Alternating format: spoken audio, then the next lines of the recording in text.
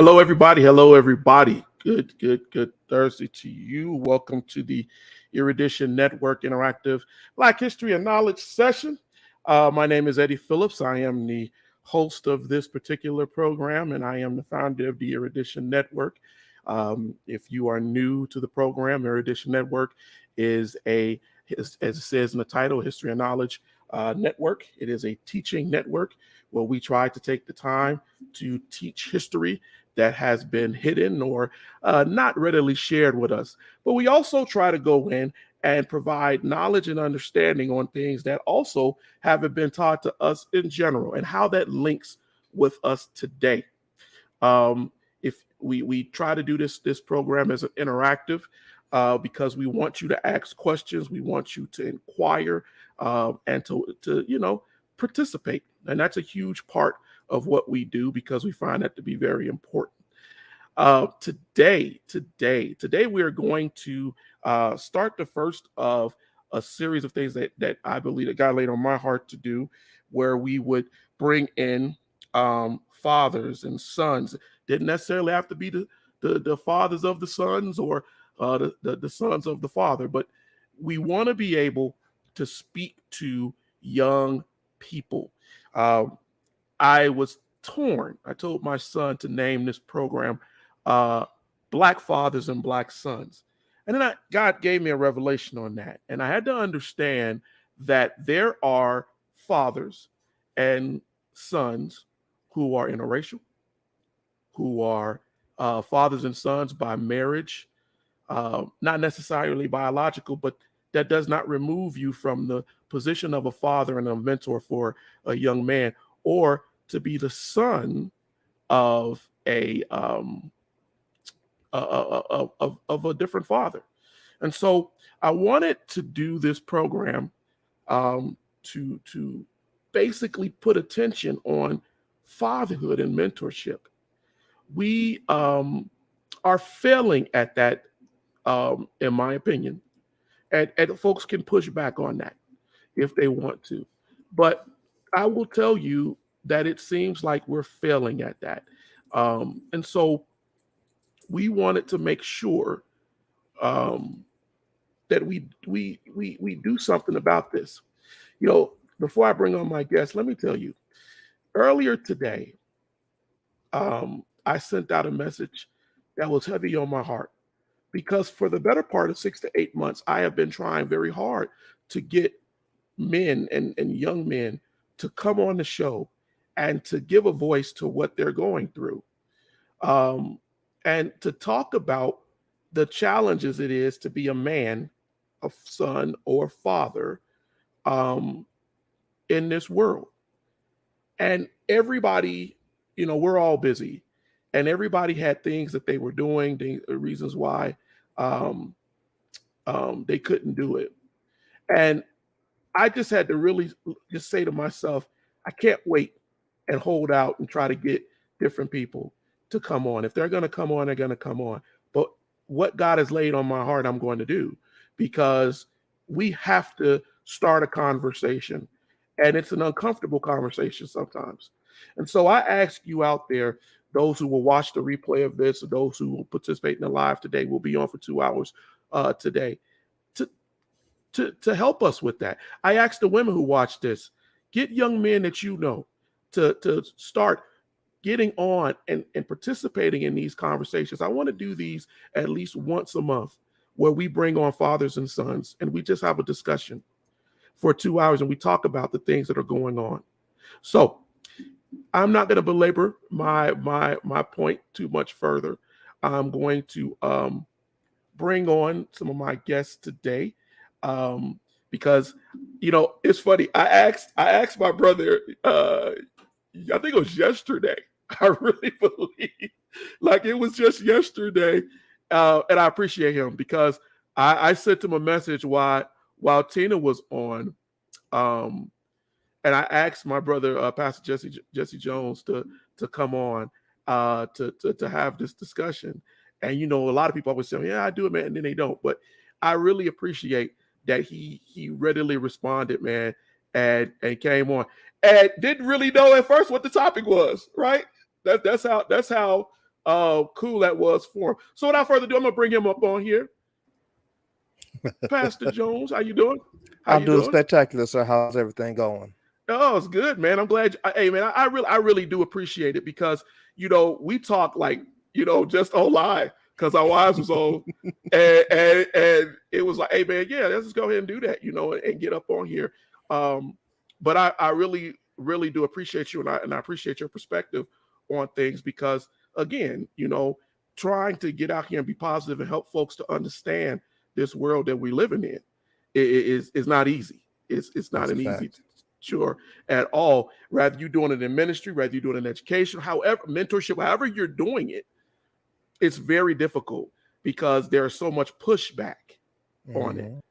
And so I just really appreciate it. So we can get into this conversation. Let me get these other two knuckleheads on because I also wanted to get my, I said it was going to be about sons. So I also asked two of my, hey, Maddie.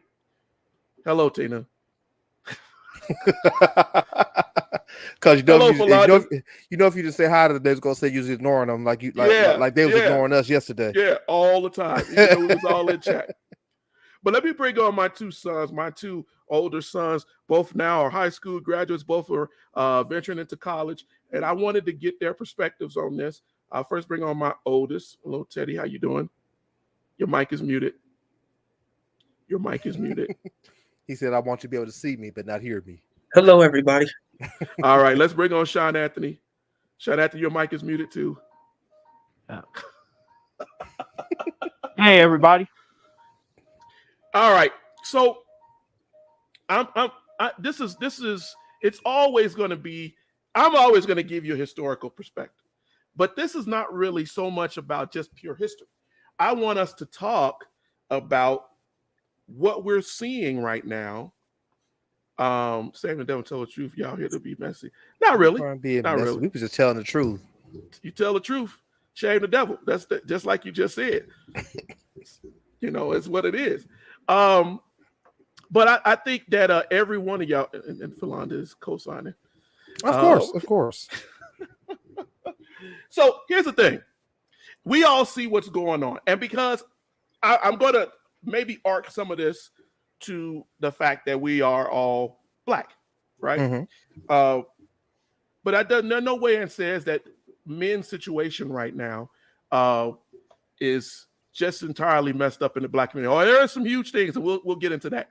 But one of the things I want to talk about first is I want and just I'm gonna ask these younger boys first. I want you to define for me, and not in a Webster's Dictionary big book way, what you think is the term male.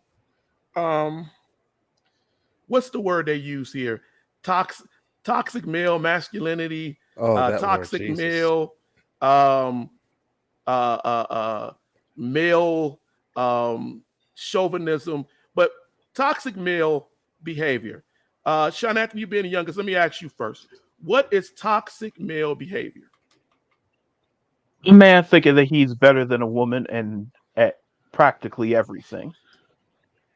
That's the way you define it? You have any other parts to that you think that it is? No, not really. I think that's pretty much it. I think that covers it fully. Okay.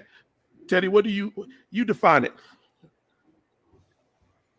I would say that toxic male masculinity happens when a male's presence disturbs the sanctity of peace in a situation.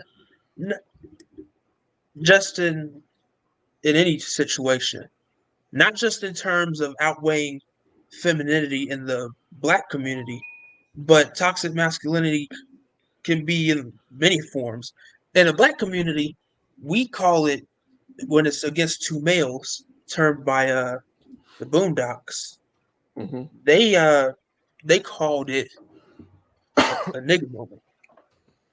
When you're yeah, I saw that episode. Mm-hmm. When two brothers are in a scuff because one of them felt that they were bigger and better than the other, and the other one, male, pushes back and is like, well, "Wait, you ain't doing that to me." But the women, who are termed the fairer sex by means of meekness, even in the Bible, it's just what she is. She's a nurturer. Well, they see that, some men see that as weakness. And while you may get hurt dealing with another male, you know that you have better authority over that woman, or you feel as much because her nurturing spirit you can easily take over. And for me, that's what male masculinity is. Now, that's just what we term it in the Black community. There are all sorts of male masculinity when, a male is going to engage me. It ain't just Black. We call it a nigga moment in terms of comedy so that we can laugh at it. But really, it's always been there. Okay. All right. So I think you hit it pretty well. I think you covered a lot of things. Jesse, what's your thoughts on it? So I'm gonna be the oddball because toxic masculinity to me is a term that has been coined in order to further emasculate masculinity, because masculinity is misunderstood. Masculinity is taught and trained correctly. And so rather than train it, we deem it toxic to strip it away. So anything, because the way that toxic masculinity has been defined, it has been so broadly used. Anything that a man does can be termed toxic masculinity. Mansplaining, as they say, is toxic masculinity. But what's mansplaining? They say mansplaining is when a man is trying to explain something to a woman. Well, sometimes we don't know whether or not you understand or not. So our explanation is not in terms to demean you, it's to make sure we know that you understand. But that's mansplaining, that becomes toxic. I've heard that sometimes opening a door for a woman can be toxic masculinity. Paying for dinner is toxic masculinity. All of these things become toxic masculinity. So it's a way of more so either emasculating or feminizing men rather than training masculinity to be honed and be done properly. We have tried to strip masculinity, especially from Black men. We've tried to strip it so much and bring it down to such a bare bones that we are no longer allowed to even have a voice, and to even say that we don't have a voice becomes toxic masculinity because, oh my God, America is dominated by men. Yes, white men. It is not dominated by us. So just because a white man has a voice don't mean I have a voice. And my endeavor to fight to gain a voice becomes toxic. And so I believe that the term is an overused term because we don't know how to train masculinity correctly. It's a good point. It's a good point. So I started our conversation off with that because it's so important. And there are women out that are in the comments, and I know especially our two wives will have a lot to say. Jackie Hines, if a man sounds angry, people will call it toxic, all because we don't understand that he's trying to communicate. But that's if a Black man right sounds there. angry, we call it toxic. If a white man's angry, he's passionate. Tom Brady will cuss his other players out, and oh my God, he's such a great leader. Cam Newton does it, and look at this nigga being niggerish. Yes. Mm-hmm. But you know what? Unfortunately, people in today's society, they just jump on a bandwagon to whatever sounds good at the moment. The key word right there is in the moment. You could be hurt in the moment because someone spoke words to you that you wanted to hear rather than what you needed to hear. And then when you hear something that you need to hear and they are speaking it with passion to you, and it is the truth, you dismiss it and come to your confidant that decided, oh, no, you want to hear these words, so let me tell you this. And then together, y'all spread the worst spoken truth and all that hurt like it's the gospel truth. And then we all sit there and suffer and create societal norms that everybody has to deal with. You know, there was a book. I bought a book years ago. I know, y'all should have expected this. I bought a book years ago. It's called "The Assassination of the Black Male Image," and to be actually honest with you, I bought that book at least 7 times in the last 20 years, because every time I would get that book and I would loan it to a brother, right, they wouldn't give it back, or they say, "Hey man, can I buy this off of you?" Right, and I'll be like, "No man, take it. You know, it's good for you to read that." And it was written by Earl Ofari Hutchinson. But here's the thing about that book, what he was trying to explain is that America, but not just America, but predominantly America, has built its culture on toxic Black male behavior. Black males have always been seen as a threat. Today, right, they've now turned it that almost every man, but Jesse made a good point, right? He made a good point. It's not every man, right? It's really looked at about us. Earlier today, I pulled what one of these sites said were the 8 signs of toxic masculinity: violence, which we covered, aggression, bullying and harassment, homophobia or phobias, misogyny, we covered that. And then they got really, to me, they went off kilter. Refusing to seek help. Men don't want to seek help. That's toxic. Engaging in risky behavior that might cause them harm, such as riding a motorcycle, such as playing football or playing games that are rough and tumble, such as engaging in cops and robbers or whatever. These are violent male tendencies as they see it. Engaging in smoking and drinking is another form of male of toxic masculinity. So you see how they've kind of gone off the edge here, and any behavior that they view as being male has now become a problem, right? But here's the catch. If I'm going to go back in history on you again, I'm trying really hard to stem it, but that's just who I am. No, you be you. I'm going to tell y'all something. I'm going to look at this comment. Toxic masculinity, a culture concept of manliness that glorifies stoicism, strength, virility, and dominance, and that is socially maladaptive and harmful to mental health. Here's the thing. Dictionary definition. That's a dictionary definition, and that's awesome for Londa. But here's the thing. A man got to be a man. And it is very hard for anybody who does not carry a male body, and I'm saying it, trying to be very specific, to understand. It is difficult for a male, and you guys correct me if I'm wrong. It is difficult for a male as he makes his way through his life from baby to adolescent to full adulthood. We always talk about the female changes, but men go through changes. Tons of them. The ways we think, how we interact, our social norms.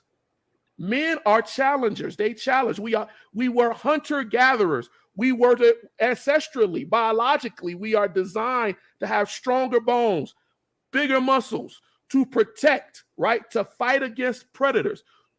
God made us that way. He made us that way in the way we think. When you say a man is violent, but he's violent when he's in percent, as Steady said, your circumstance. But let me ask the women out there.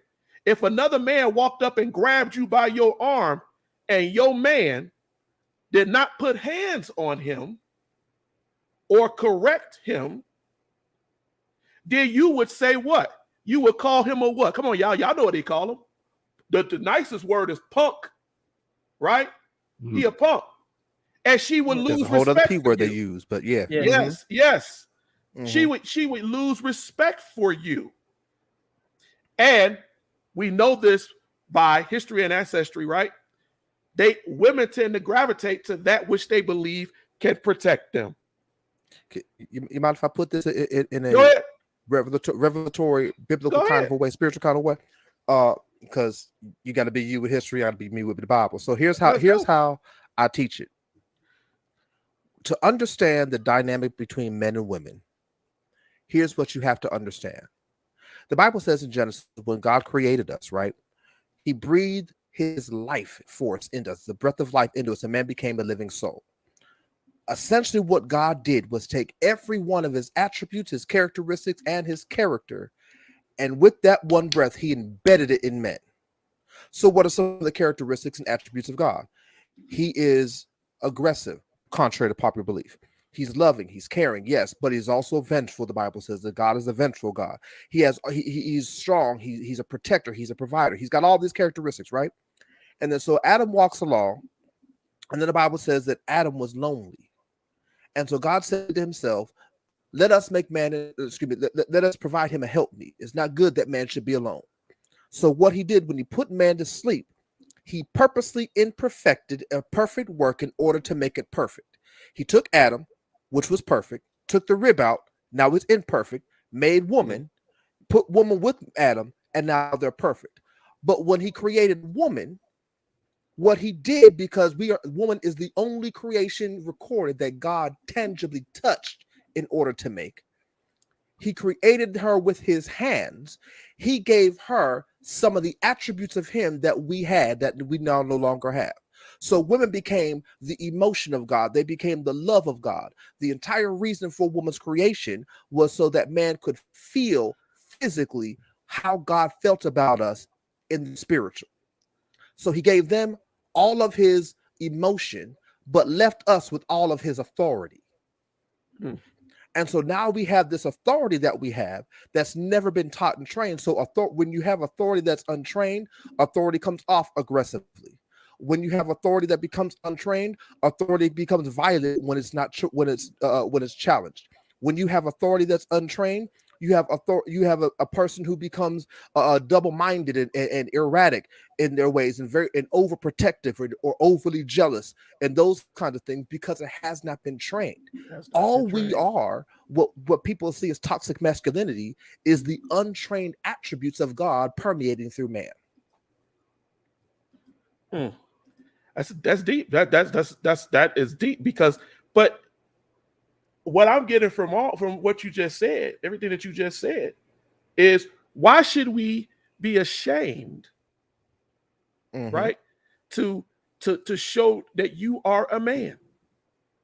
Because if we become ashamed to be a man, then what is the purpose of a man, right? What is our purpose in society if every man wants to act like he's not a man and you are denying yourself? Teddy and Sean Anthony, as young men, give me something that you believe that you see today. How do you think women, if you go out to go date a woman, I'm trying to get this question, I'm trying to say this question in a very political manner, but I'm gonna be really real with it. If you're dating a woman, if you are seeing a woman and she tells you that your anger, your arguing with her, your disagreement with her is toxic masculinity, how would you respond to that? What would be your response? Either one of y'all could go first. I don't care which one. I'll let the old man go first.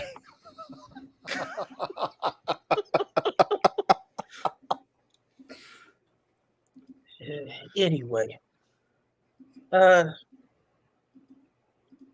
it depends on what she's doing. If you're dating somebody and they're already telling you, "Oh, you're toxic or you're this.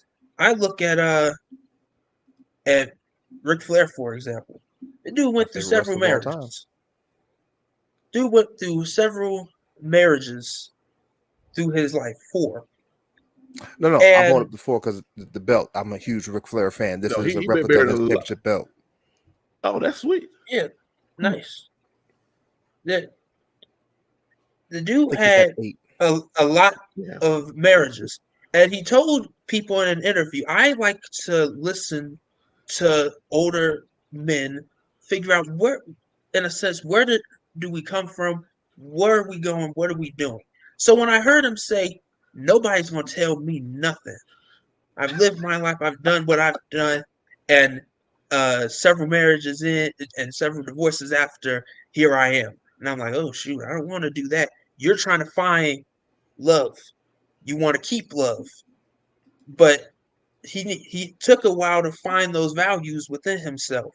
They said his profession helped guide him through that. Of no, you won't take what's mine away from me. And then when you have that mentality, which if you don't balance that work and marriage life, you find some values like, I ain't gotta take this from you. And then you end down the road to divorce. So if I'm dating somebody and they're already telling me, well, you're toxic, or we got into an argument over something petty, and you're ready to just say, your whole masculinity is not cutting it for me. Then, because all that is a slippery slope. Once you say, "Oh, male masculinity is a problem," and then, "Oh, the tone of your voice," there's a thing that I've seen in recent movies. Even we don't really talk about it, and I don't have any problem with British or English uh, black actors, but you see a whole lot of them in film more than you do African American men, and then you have more the sweet the sweet voiced black men who um they may not be from the LGBTQ community, but you can hear the sweetness in their voice. When you If you are accustomed to having that voice and not that male A, cut, cut that out voice, then what you are doing is you are developing another norm. Somebody in our sociology class brought that point up to me, and I didn't really see it like that. Mm. And it really opens up your perspective of wow. And the dude was named Demetrius, and he was a 42-year-old man going back to school. And when you hear that, it's like, man, you just taught me something. I It gives you a lot of views that you yourself didn't really think about. So it if it if ever there was somebody I was dating and they say, "Oh, you're toxic masculinity," then you either need to move or we can try and work through it. But if I find that you're taking away pieces of my character, I wouldn't do that to you. I would ask you to be respectful of the same respect to me. If Okay. if not, then you cut Kick ties with that. kick rocks. That's what you said. Kick rocks. Very polite form. All right, Shad Anthony. What's your thought? I almost wholeheartedly agree with Teddy. To be honest, if I'm dating you, you instant and after a couple of weeks or even a month, you start talking about something in me needs to change because of the fact that you find it toxic masculinity. I'm going to ask you at first because maybe it is. I'm going to ask you, see if it is. I'm going to ask you what it is that makes me look toxic. And if you say that something like, "Oh, the fact that you're showing off strength," how would a person, for instance, if whenever a woman says something, whenever a woman wants someone, I should say, Okay. They always A lot of want a women. couple of things. Most women desire one thing above most. They want muscle. They want muscular men who can lift things and do things. Yeah. They want, and that's just a fact. So in that case, if I'm supposed to be masculine outside, if I'm supposed to show off my masculinity with muscles, good looks, and be all assertive and dominant, how am I supposed to cut that off because you find it Come on, Sean. unappealing? How about I supposed to be me? Hey, you know what? That's an astute point because you're right. They look at people like Dwayne The Rock Johnson. They look at these people and they be like, man, that dude. Or they look at these. Why you think all them brothers sitting on TikTok, Instagram, all what they call them thirsty brothers? But here's the thing. Here's the thing that the ladies don't like to talk about. Yeah, there's some thirsty brothers out there, but you trying to satisfy their thirst, right? You out here giving them what they want. So they wouldn't be out here thirsting if you wasn't trying to lure them in, right? So how is your femininity, your sexuality, right? Because I was just going to get into that. Society will say that, you know, when a woman takes her clothes off, she shows her breast, shows up her bottom, whatever. They say she's expressing her femininity, her womanhood. They praise her, right? She walking down the street with her breasts out. She breastfeed her babies in public. That's her femininity, right? That's her womanhood. We should accept that. Now, in a society where folks say, what Eric say, muscles don't matter to them anymore. Money, yeah, money is a part. We'll get into that. That's a part too. Well, But money and muscles are they literally are two sides of the same coin. They really They are. literally are the same thing. They both mean in one way, shape, form, or fashion, protection and stability. Protection and stability. If you got money, you can protect me and keep me stable. If you got muscles, you can protect me and keep me stable. Like it is. So for me, it is. And I'm sorry, I cut you off. I apologize, but that hit me. I'll shut Go up. ahead, man. I apologize. Okay. So talk. What's the forum? Go ahead. It's like for me, it's a matter of my first question to them winds up to a woman in that situation, because I've been in that situation, because I am not a passive dude. I'm a leader by every aspect of my life and have been almost all my life. My first question is always to them, what do you know about men?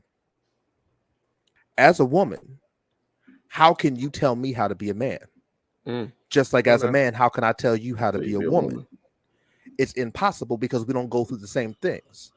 So now, once I then ask that, I then get to the questions of, so what about me disagreeing with you is toxic? Is it because you think you're right? Because the reason I'm disagreeing with you is because I think I'm right too.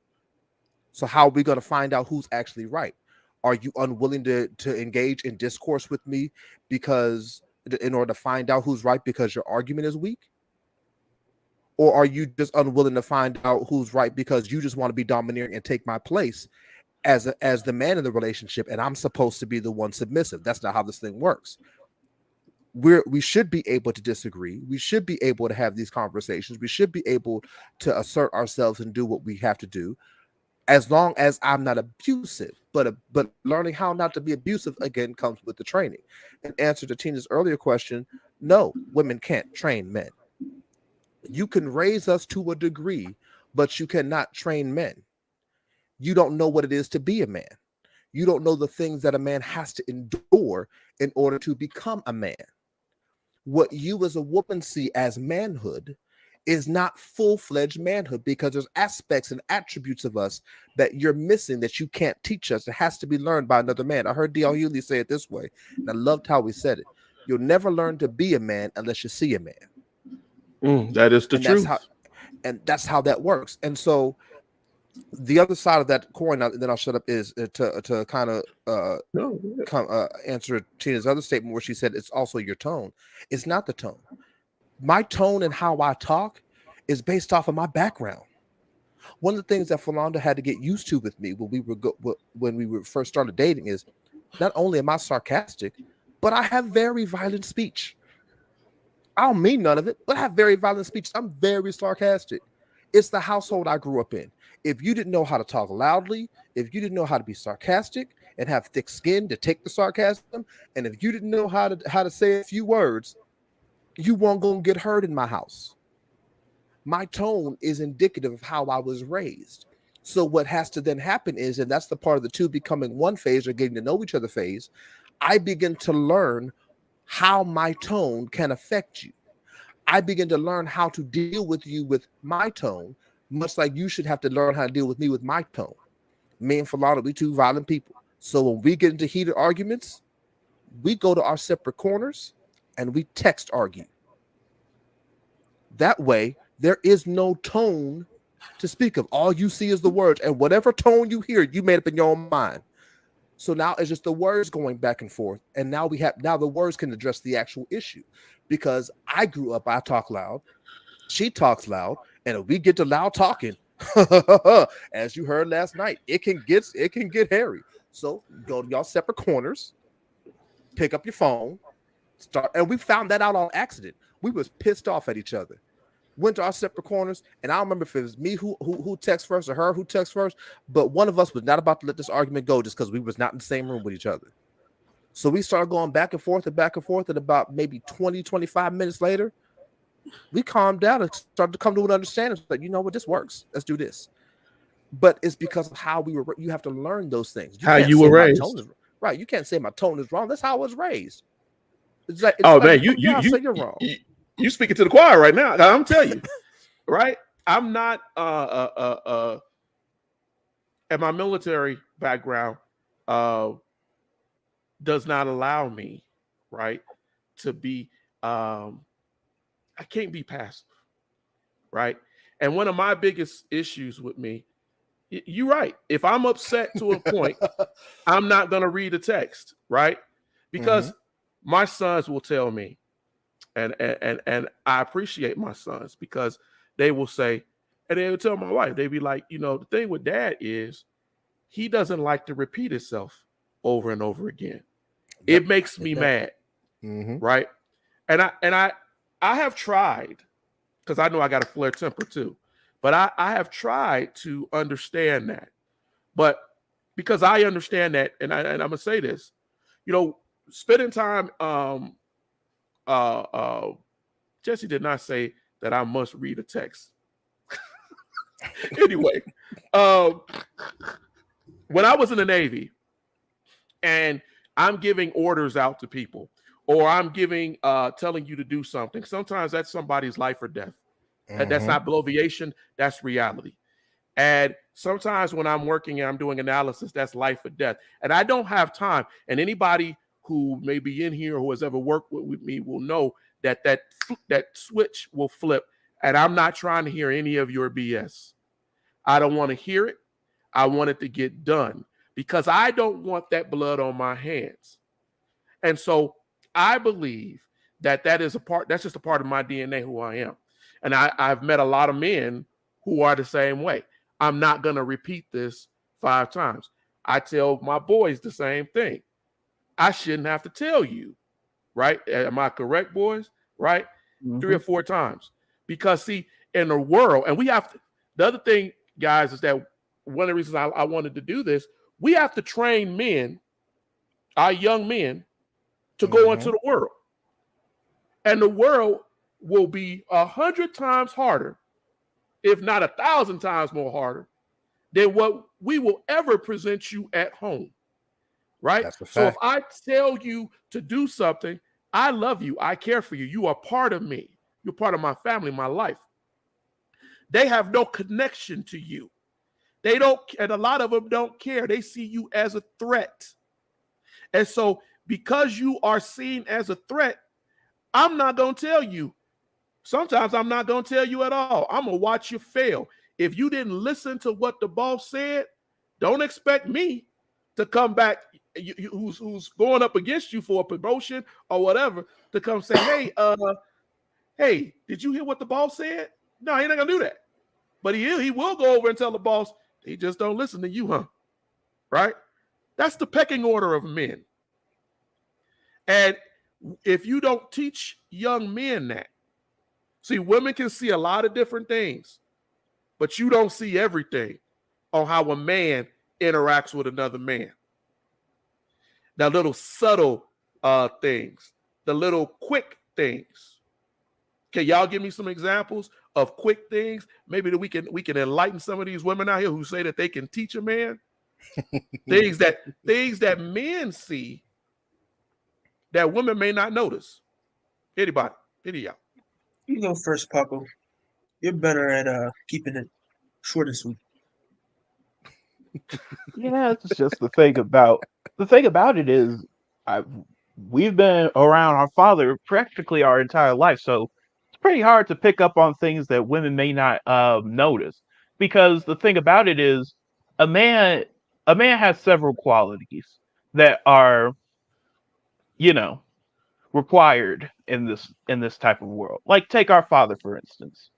Our father has to be intelligent so he can help us with stuff that we don't understand. He also has to be willing to let you find your own path, which is not which I want to say is a trait in everybody, but at the same time, most people look at failure. Take me for instance. I do not like failure. Failure is one thing I do not strive for. If I fail, I get incredibly sad and angry. But dad goes, well, if you fail, just don't fail again. Try not to fail again, which is a very important thing because if you because what dad says is don't don't wallow in failure, which is a very important thing for many men to understand. And as dad just said, if you don't understand, well, most people don't really understand this, but if you don't if you don't listen, then what's going to happen is somebody else is going to pick up on that and they're going to be like, well, that's my benefit. So the thing about it is there's several qualities to a man that are required from knowing how to talk to another man, knowing how to calm down a situation with another man. You have to because the thing about it is a man is supposed to be, as everybody has stated, a man is supposed to be a protector. If you cannot protect, then you are pretty much useless as a man because of the fact that you can't do what you are designed to do. You are supposed to protect. You are supposed to have some sort something that a woman needs. That's pretty much what I'm trying to say here. You need to have something that a woman needs in order for you to call yourself the opposite sex. If you don't have something that defines you as the opposite, then what exactly are you? So for me, it's like this. Um, I try to be as quick as possible. It is one of the subtle things that we deal with and that we do that women don't ever pick up on is that our job, part of our job, is to elevate your status. I learned this a long time ago. Men elevate status, women elevate character. So and to really see it in action, you have to look at monarchy times. And you'll love this because I'm doing a little bit of history. It's not my huge forte, but this portion right here, I can do. Typically in monarchy times, right? When a king marries, doesn't matter who he marries, princess, peasant, doesn't matter. When a king marries, that woman is automatically moved up in status to become a queen. When a queen marries, that man is not automatically a king. Look at Queen Elizabeth. She was married. Her husband's not the king of England. Mm-hmm. Women cannot elevate our status. They elevate our character.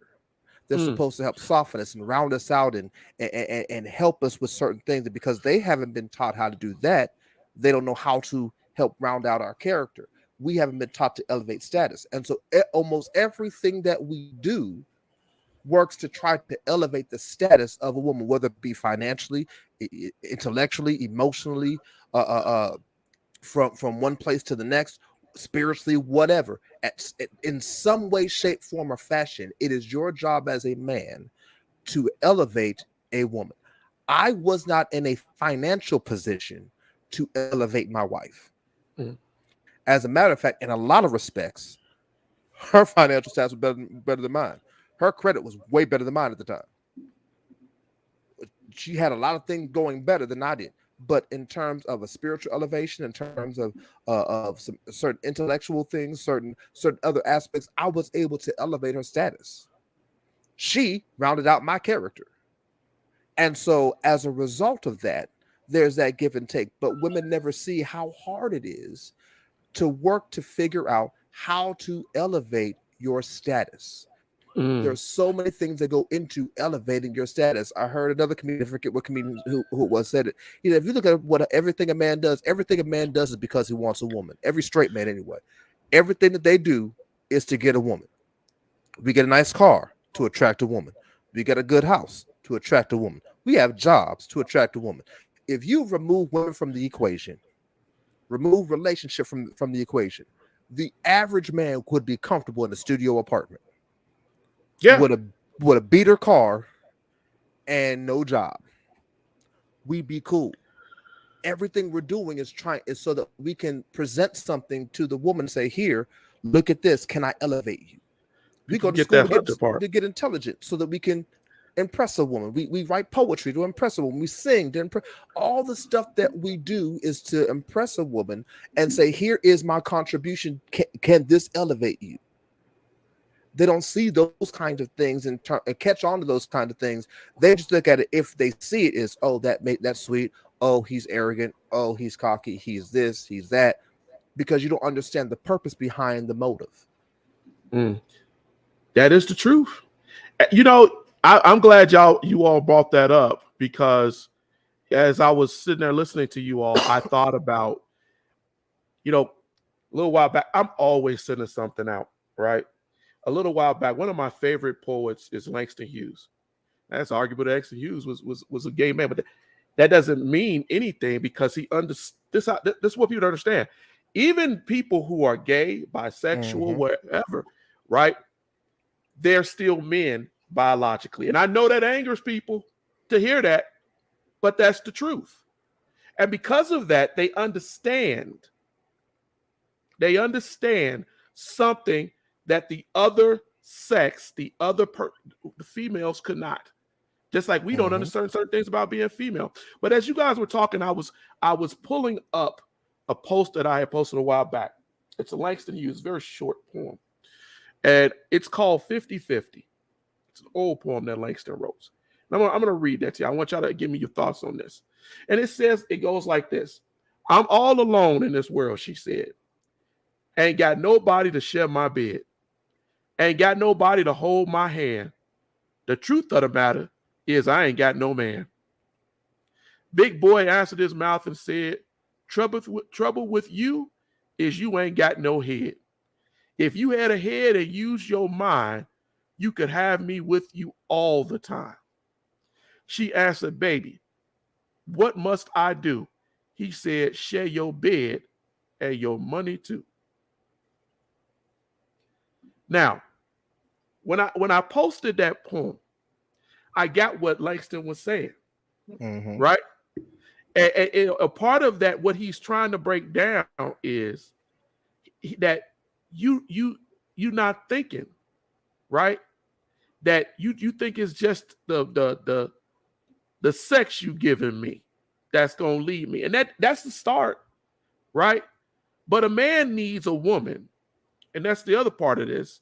That's gonna be what they got to tell these women: ride or die. That's gonna be with me. That's gonna stimulate my mind, my body, right? That when I'm walking around in holy draws, is gonna say to me, baby, you ain't got to be in them holy draws. I bought you some draws, right?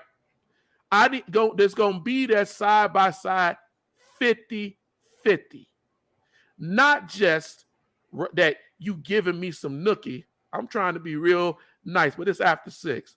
Not just because you try to give me some tail, right? Are you gonna be there with me?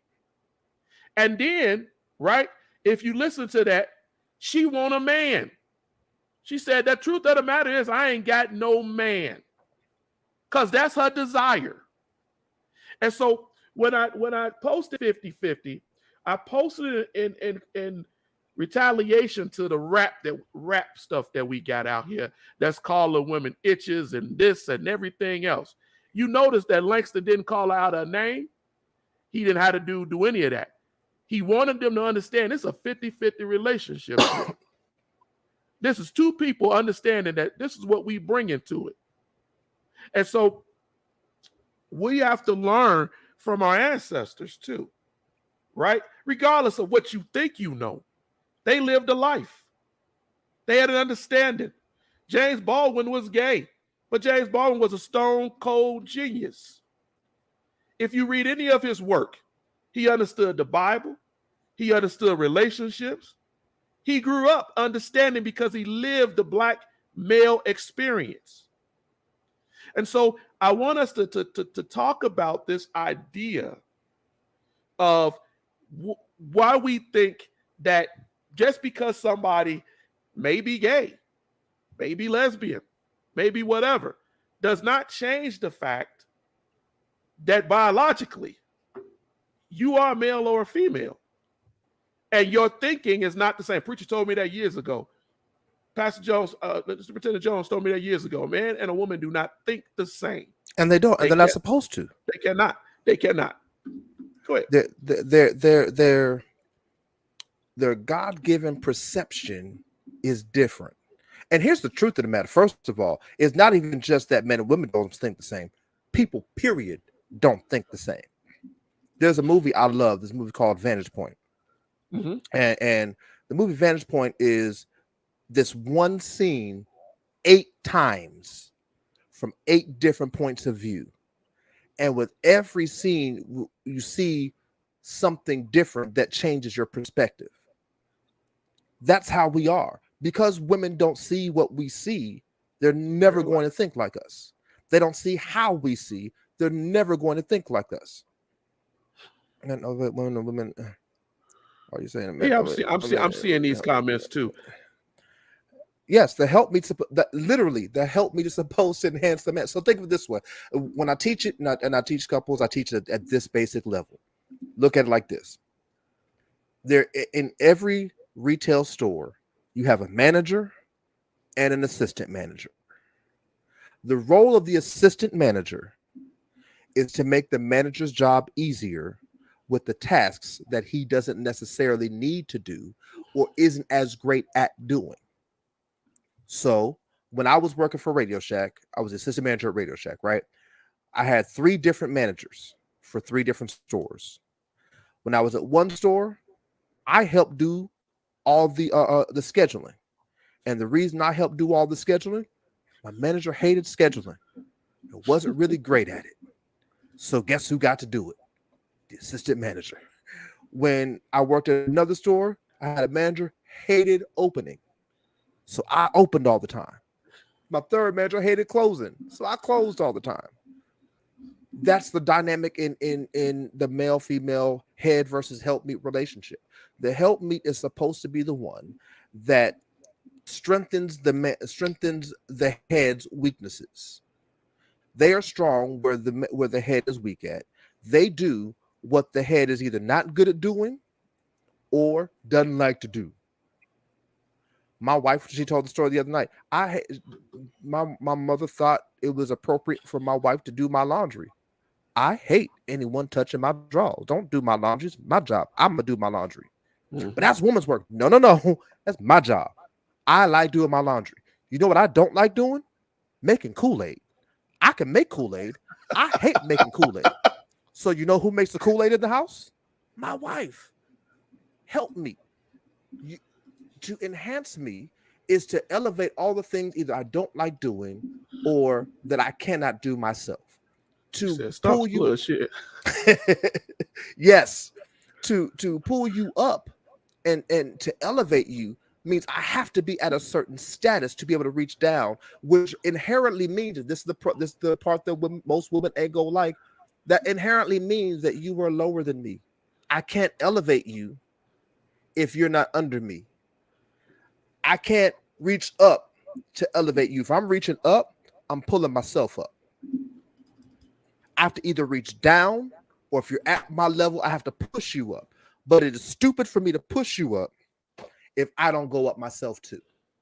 So I have to elevate. That's my job. The first thing that God gave Adam was not a woman. It was a job. And then when he brought woman in, he brought woman into a stable set society that was already taken care of.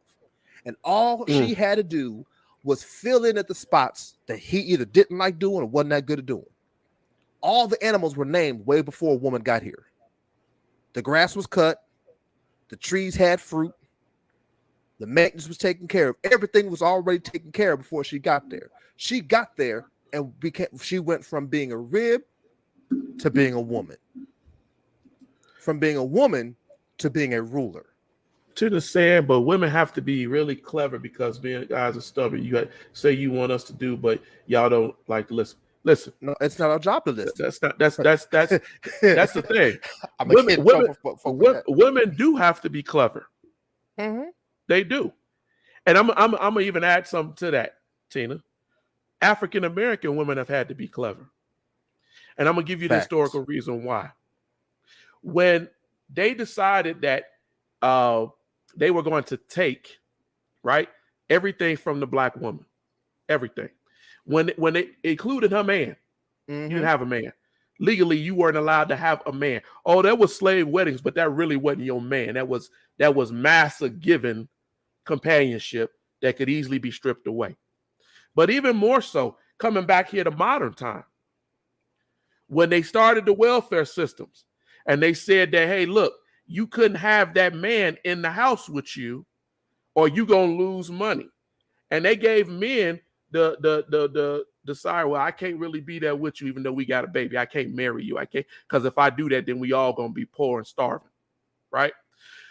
Those situations, societal situations that have pushed us into that made the black woman have to be very clever.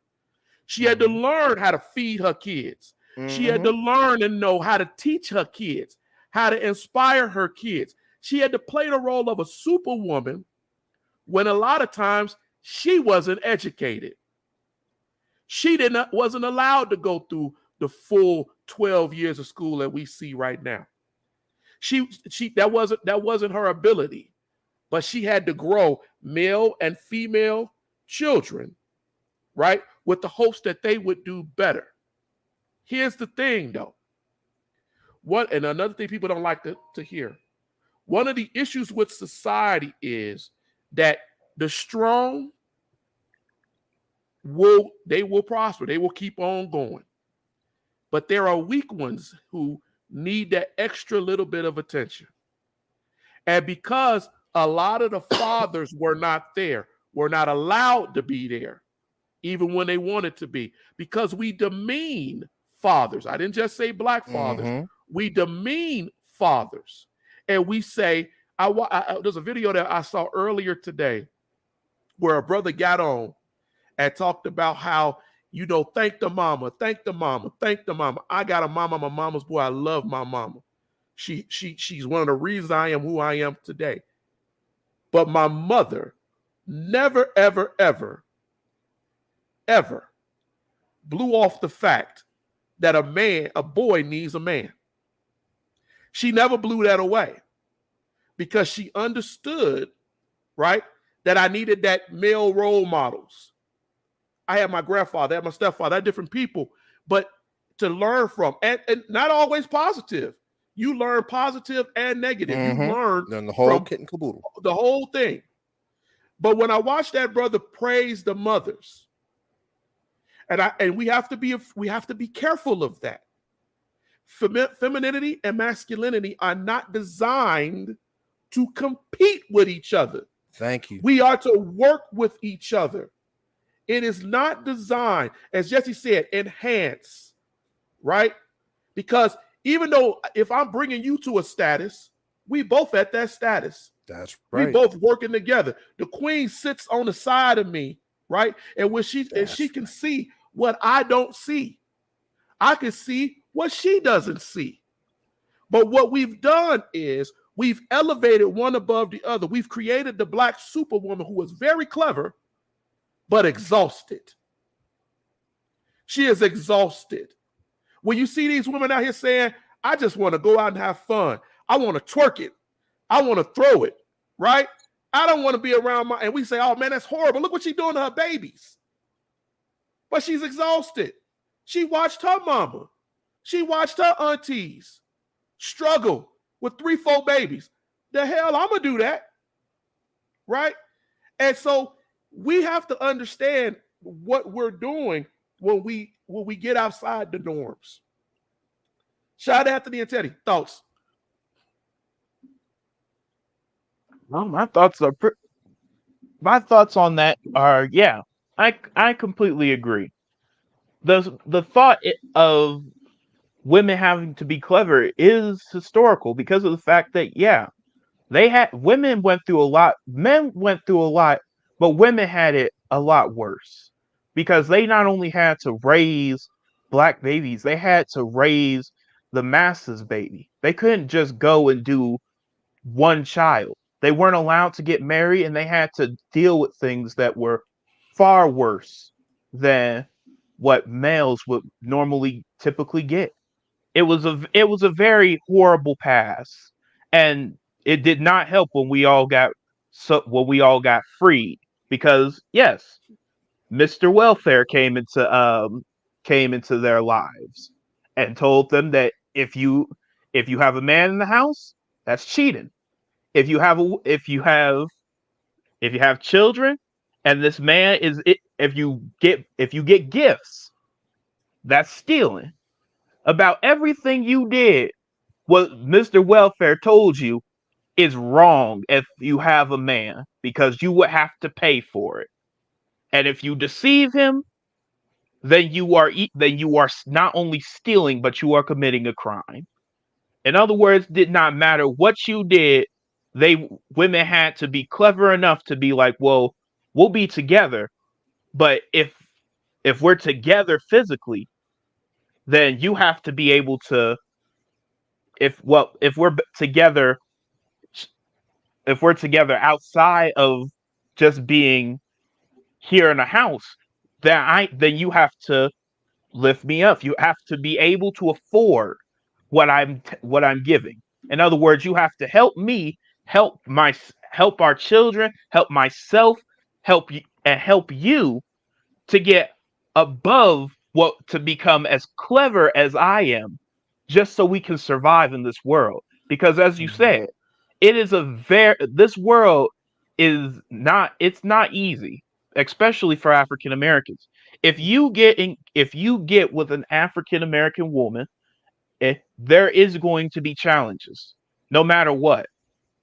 So you're going to have some sort of way or means to become clever enough to survive in it, because you can't be because we as African Americans, we cannot be deceitful. Deceitful is bad. We cannot be aggressive. Being aggressive is bad. You cannot do anything wrong, but luckily for us, we always found a loophole. There was always something hidden in the works, so we could go ahead and get around the problem. It's a good point, Sean Anthony. Teddy. I believe, yeah, a woman's femininity and your masculinity are to complement one another. It's not a competition of which one is greater. You need her just as much as she needs you. Just for the reason that Papa stated.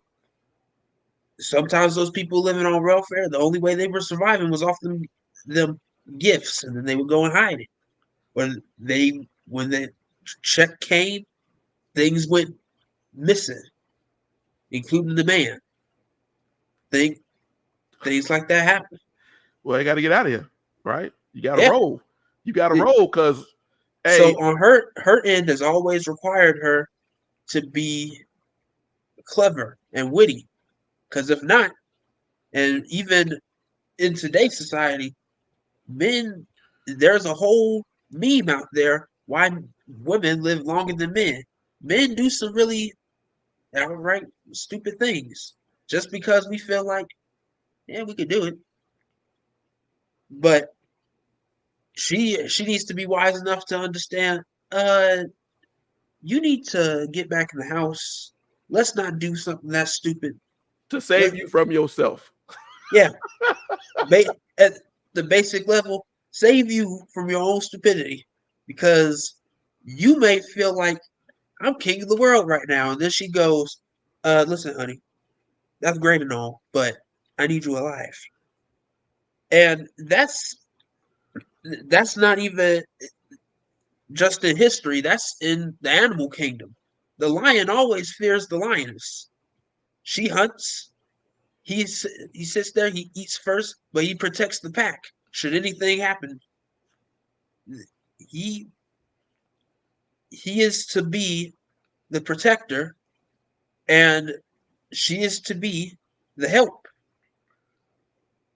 And But but they think that's wrong, Teddy. That's not PC today.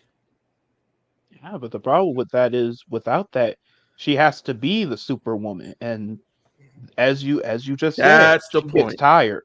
That's that point right there. Why you got to be super? Why you got to do everything if you got that 50-50, right? If you got that person that's with you, that's your ride or die, right? That don't mean they agree with you all the time, right? Don't mean that we gonna be sitting there all the time going, yeah, yeah, you have. We had a conversation the other night, boys, that if you are in a situation with in a relationship with someone, and the only thing you do all the time is acquiesce, is say yes, yes, yes, yes, yes. That's a denial of self. Mm-hmm. to That's a to denial of self. mention to mention mom's point, but how do we make men listen so that you can save them from themselves? Uh, and sometimes it just requires you to just sit there and give that look and just go and just wait. Ted, you gonna If find it it. They ain't got to give you a look. if it plays out, It's not even look. So the truth of the matter is like this, because Tina has been itching because since I said that it's not our job to listen, which is where some of that also comes from. So here's the thing: the first portion of the issue is in the verbiage.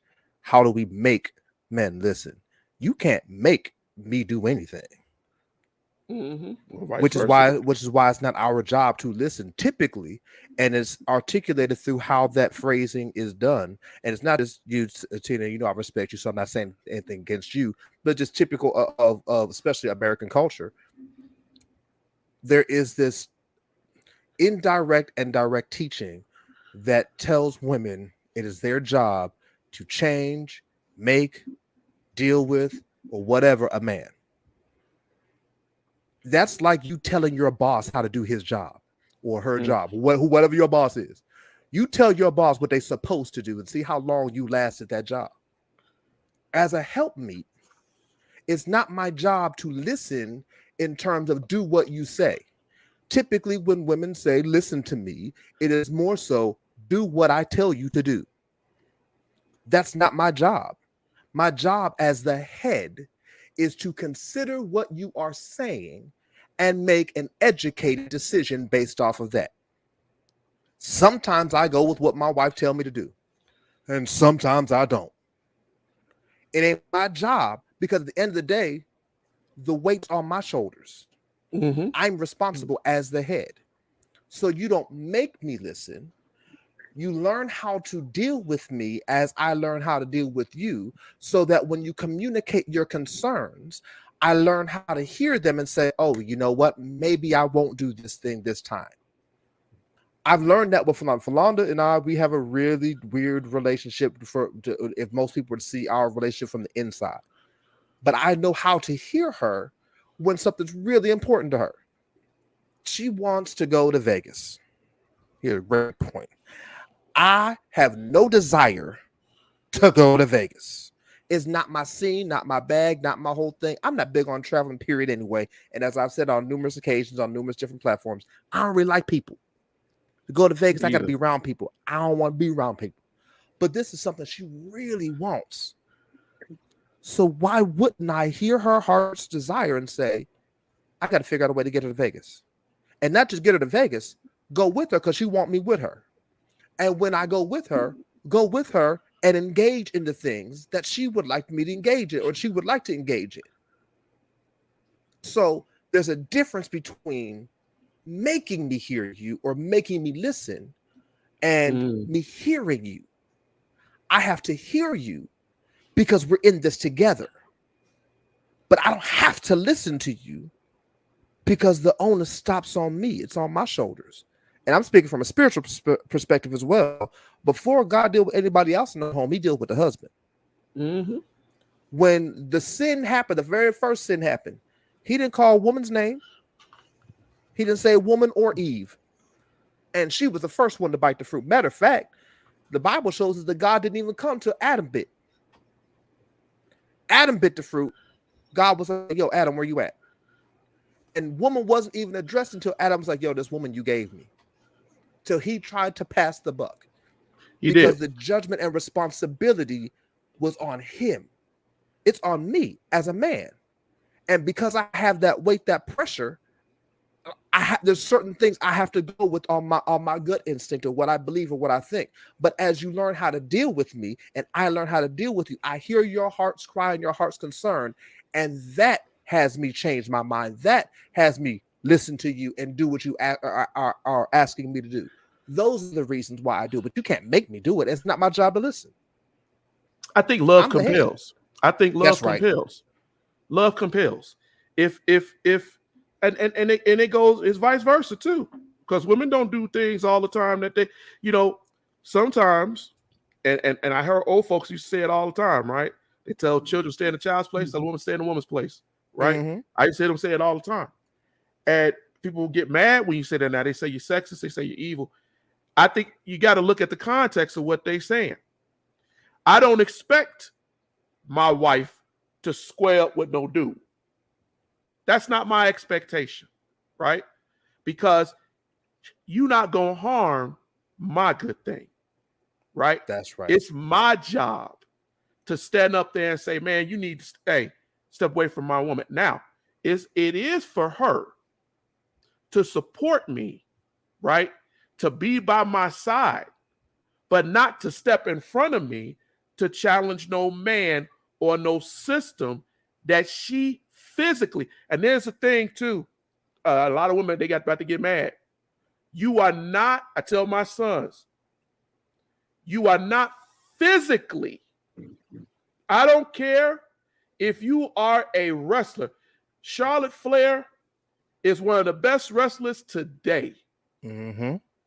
Her husband, the one she divorced before she just got remarried. Charlotte Flair was a trainer. She is built. Yep. She is a prime athlete.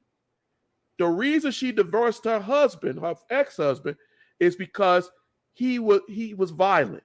Yep. He put his hands around her neck and almost choked the life out of her.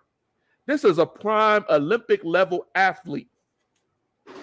You need to understand that a man is physically, I'm giving you the biology right now. His bones are harder.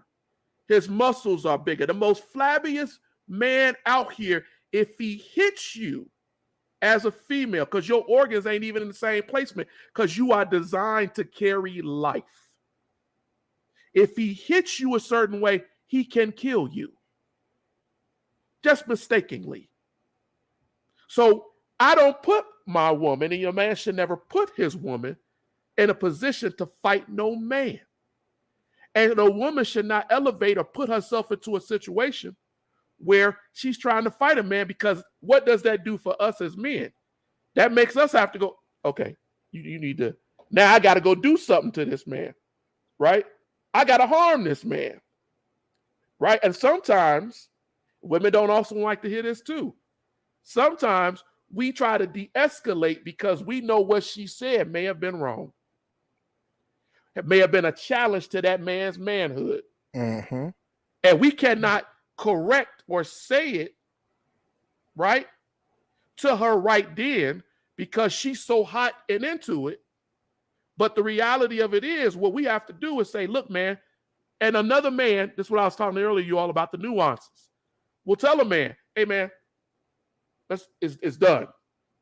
It's done. Do y'all remember a couple of months ago that white woman was at a ball game and got into an argument with a black brother, Mm-hmm. and that black brother got into an Yeah. argument, got into an altercation with her, and her man got involved, and he knocked that man straight out. Yep. Simply because the man was trying to tell her to stop. But because we don't understand these systems, I think somebody just said that system, the understanding of how I like what Jesse said, how we work with each other to elevate, right? To be together as a team, as a group, right? My wife is always saying team. But team don't mean that you always right or I'm always right. That means that we both play into it. We talking about listening. But as young black men, y'all have to learn how to listen to, how to be listened to. If you're not being listened to in a relationship, then maybe that's not the relationship for you. As I was saying earlier, don't acquiesce. Well, you're gonna be like that dude at the ball game. Yeah, you acquiesce with something like that could cost you your life. And I'm not saying that to be hyperbolic.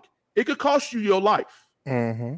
If you're not the man to deal with that woman and you let her do these things, she's going to do these things at a place and at a point that might cost you your life. I'm telling you that from watching it, from living and seeing the experience. It could cost you your life. And that's the thing that really has to be understood in terms of that, because what is also not dealt with, since we're talking about the male-female dynamic, is even understanding how to choose a mate. How to choose and how to get out of it.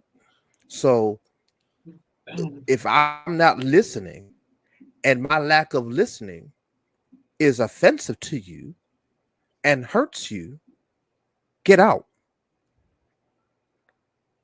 Like it's nobody keeps their hand on a hot stove and it hurts and doesn't immediately pull back. Amen. Because it hurt. So if this thing keeps hurting you, why are you still there? Love is not supposed to be this thing that's constantly hurting you. Yeah, give me the chance to grow past it, evolve, and get better. But I'm not. If I'm constantly keep over and over hurting you, get out. If you constantly hurting me, get out. But we don't even know how to choose the mate so that we can deal in the best society. And I won't even deal with that in terms of a spiritual aspect. I'll just deal with a natural, practical aspect. We don't know who we are, so we don't know what we need. I know my insecurities. I know my deficiencies. I know the things I lack in, so I know the kind of woman I need. I know I'm aggressive. I know I have a strong tone. I know I have violent speech because of how I was raised in my family. It's just jokingly violent speech. So I knew, and I used to say this all the time, I can't have a punk woman. I need a woman that if we're in a discussion or an argument, I say, if you keep going, I'm gonna rip open your chest and expose your vital organs to daylight. I need a woman to say back to me, if you try it, I'm gonna lock you in a porta potty, light you on fire, and throw you down the Grand Canyon. I can't have he go. No, I need you. I need you to help me. I need you to match my strength. But that's because I know who I am, and because I took the time to learn me and learn things about me. I learned the holes in me, and I realized that a help me supposed to fill those holes. I would not be where I'm at right now. I say this all the time, and I mean it. What good, bad, indifferent, our ups, our downs, no matter what happens with me and Philonda, I would not be where I'm at right now if it wasn't for her. She filled holes in my life that allowed me to be here. She pushed me in ways I wasn't going to push myself so that I would be here. But I learned how to choose a woman. She knew how to choose me. Took a little bit, but she learned how to choose me. We don't teach men how to choose women, and we sure don't teach women how to choose men because, oh my God, he that findeth the wife, and that means a woman's supposed to find the man. No, don't. Wife is a characteristic, not a person. No matter what happens, who chooses who, I still have to see wife in you. I have to see wife in you, which means in order to see wife in you, I have to be conditioned myself to be husband. and every woman who is wife ain't my wife. That there you go. There you go. You know, I'm often the family structure. Falana is a great thing, team. Not just a good thing. She's a great thing. The family structure in our community, in our Black community, is so fractured that it's so the mind behind it is so fractured. You know, when I often quote Dr. King when Dr. King said that the shattering blows of the Black family have made it fragile, deprived, and often psychopathic, right? Because we've forgotten the things that our ancestors, even going through slavery, understood. Mm-hmm. They understood these things, and they didn't live outside of that. The woman, even though we talked about earlier that the woman said, you know, that she had no protection. She had to be strong. She had to be clever. She had to be all those things. But at the same time, she understood she needed, as that Langston Hughes said, she needed a man. She understood she needed her man. She wanted that man. Use whatever way you want to say it, because I hear women say, I don't need a man. Okay, you may not need him, but guess what? You want him, right? You want him. And so the idea, and it's the thing about it that we've talked about over the last hour or so. What you bring to the table. What you bring to the table that makes her feel, right, safe, secure, valued, right? All of those things. If she doesn't feel that, then her femininity is not going to reach out to your masculinity. Can I say something real quick in terms of what you said? And I promise I'll be quick, but you sparked something real quick. Go ahead. One of the things that I feel like needs to be learned and understood in terms of both men and women is our desire. Women typically have a desire to be wanted. Men have a desire to be needed. That's true. So if you're going around as a woman and I don't need a man, I don't need a man, I don't need a man, one of the reasons you probably won't get a man, because we need to be needed. Falana is very self-sufficient. She can do a whole lot of things on her own. And for all intents and purposes, doesn't need me because she's a strong, independent woman. However, she has learned over the course of time to make me feel needed. So because I feel needed, I'm stable. My mind isn't going crazy. I'm able to operate how I need to operate, and I do my best to continually make her feel wanted. I want you. I need you. You don't make a man feel needed, we have no purpose. So we go find purpose. I may not be able to fix your car. I may not be able to do some handiwork around the house, but please tell me you need me for something. And more than just the bedroom. Wait, I'm sorry. When you said that it sparked. No, but it's true though. No. And that's the whole point behind this discussion about why we're doing this. And boys, do not feel like you can't chime in, because in the end of the day, this is why God laid it on my heart that we needed to have these conversations. We need to have these conversations. We have too many of our men, too many of our fathers, right, who did not, by societal issues, didn't have fathers, didn't have nobody that would be a mentor to guide them, to tell them that the things that you getting from society, right, ain't really what's for you. Mm-hmm. If you don't understand a thing, I tell people all the time, it is the nature of people to want to learn something. God designed us to want to learn. Even when you out here saying, I don't want to learn anything else, he designed you to be a learning creature, to learn, right? This whole world, you will never learn everything that God did in the creation of this world, universe. You will never know everything. But your desire to learn is just, it's infinite. You can learn something new every day of your life and still not know everything. But here's the thing, right? Our biggest problem in our society, biggest problem in what we're doing is that we don't teach each other. That's right. Like we used to. Mm-hmm. We quietly accept that these kids are going to learn. And then you want to turn around and not understand why black men are calling black women itches. Why black men, I watched a rapper, saw a video I posted today. He cursing his head off, but he making a point. Why you got rappers, you got black celebrities, you got men having babies upon babies upon babies that they not taking care of. So all them Nick Cannons and all the stuff y'all you seeing, and you think that that's cool, right? We all laugh at the society. Nick Cannon having all these babies. Yeah, you're just conforming to a norm. That's all. What's that? all they're doing. All these other celebrities, the you could name them, right? They had all them babies too, right? James Brown had a bunch of kids.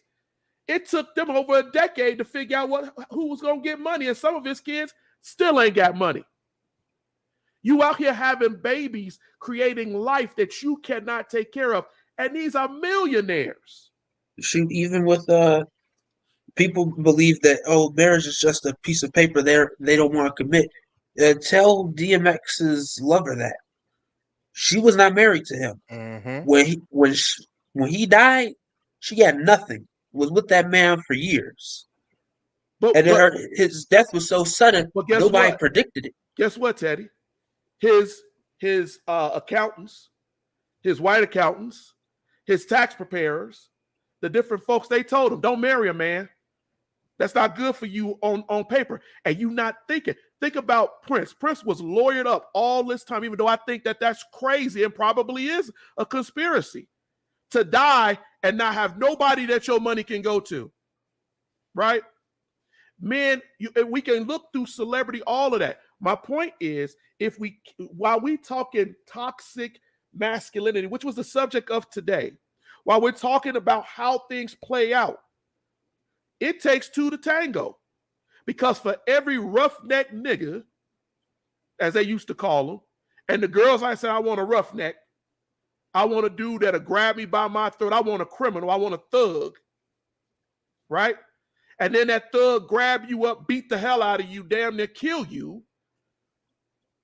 And then you turn around and what do? You run right over to society and say, he was violent. He was aggressive, if you live, right? He did all these things to me. But here's the thing. That's what you wanted. That's what you control. You conditioned yourself to think was the most strongest thing out here. No value on education. No value on or stability. And we're teaching our youngness, your peers. You all see it. Your uncle got on here earlier and he made a comment. He said they looking for money, status. And that does go along with your strength and masculinity. Yeah, but the only problem with that is they're not looking for good status. They're looking for whatever they can get. What's good status, though? What's good status? Because here's the thing, right? He got millions of dollars. I'm gonna get it first, right? I'm gonna get it first. He gave me $150, right? But he worth thousands and thousands of dollars. They think that that rapper was making a point. Y'all think these rappers worth all that money because he wearing all them jewels. That jewelry that he got right there is what he put all his money into. He got 4 or 5 kids. You laying down with him thinking you're going to have a baby with him. He ain't taking care of the 4 or 5 kids he already got. Exactly. Speaking of which, I'm gonna cut you off for a second. Speaking of which, you just said, just like Uncle Eric said, they want money, but like your favorite song, "Jerk Off," they do not. They left them. Jerk out. I don't know jerk off. I was gonna let that slide. Shut that he's talking about. Go ahead. Shut that. Go ahead.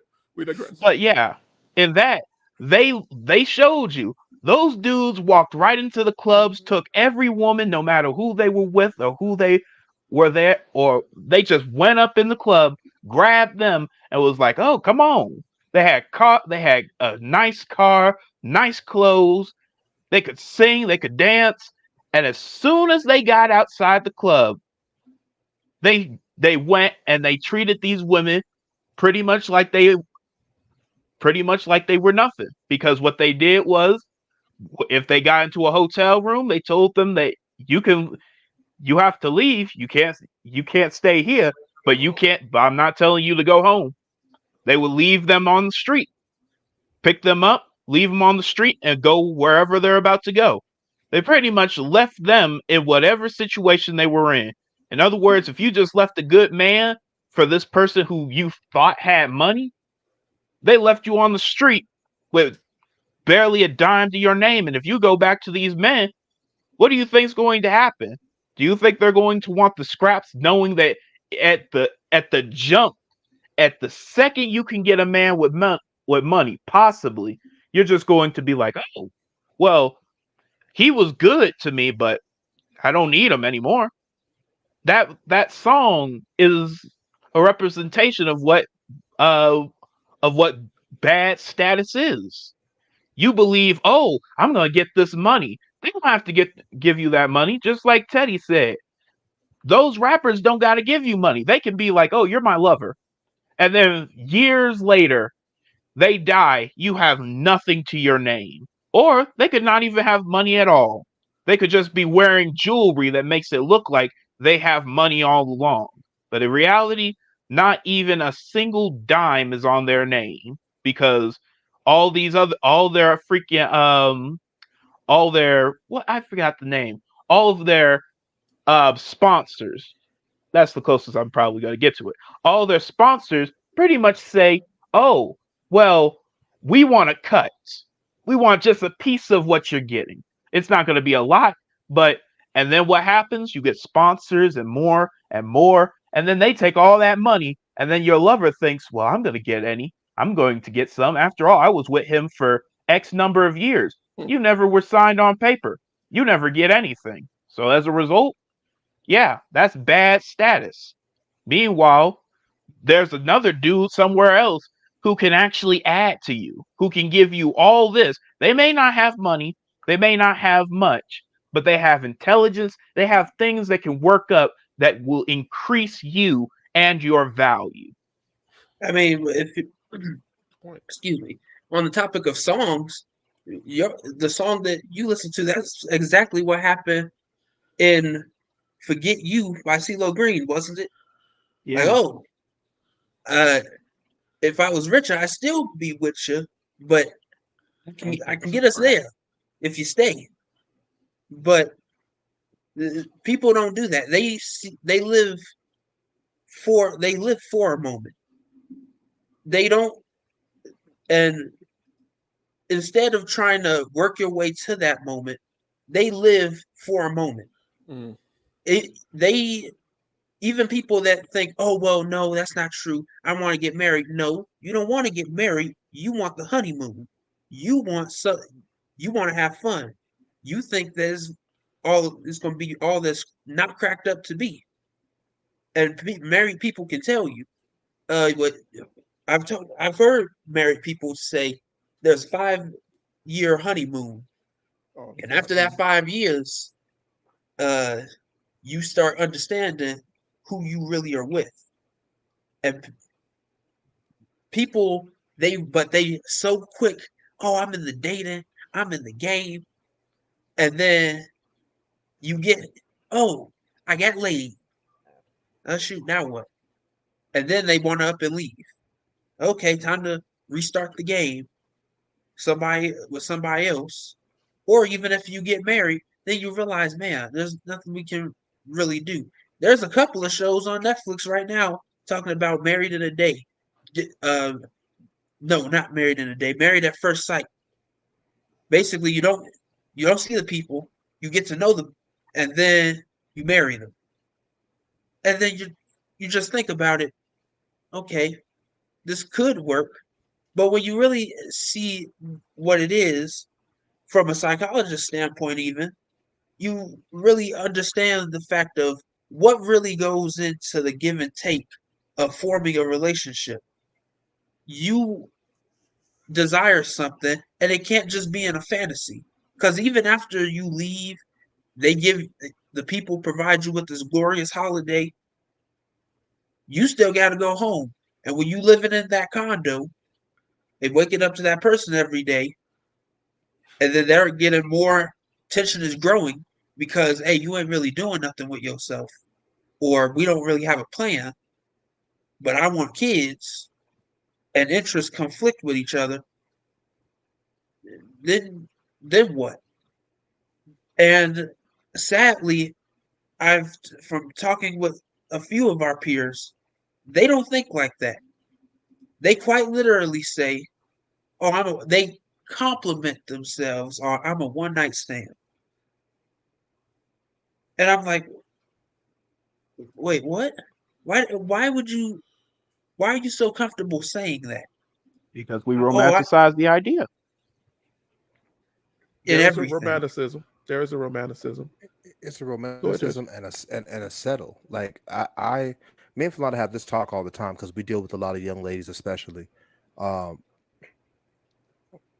a lot of this that we see going on in this younger generation, today's society, is women's fault. That's not going to make me any friends, but it's true because, as I said before, everything a straight man does, is to attract a woman.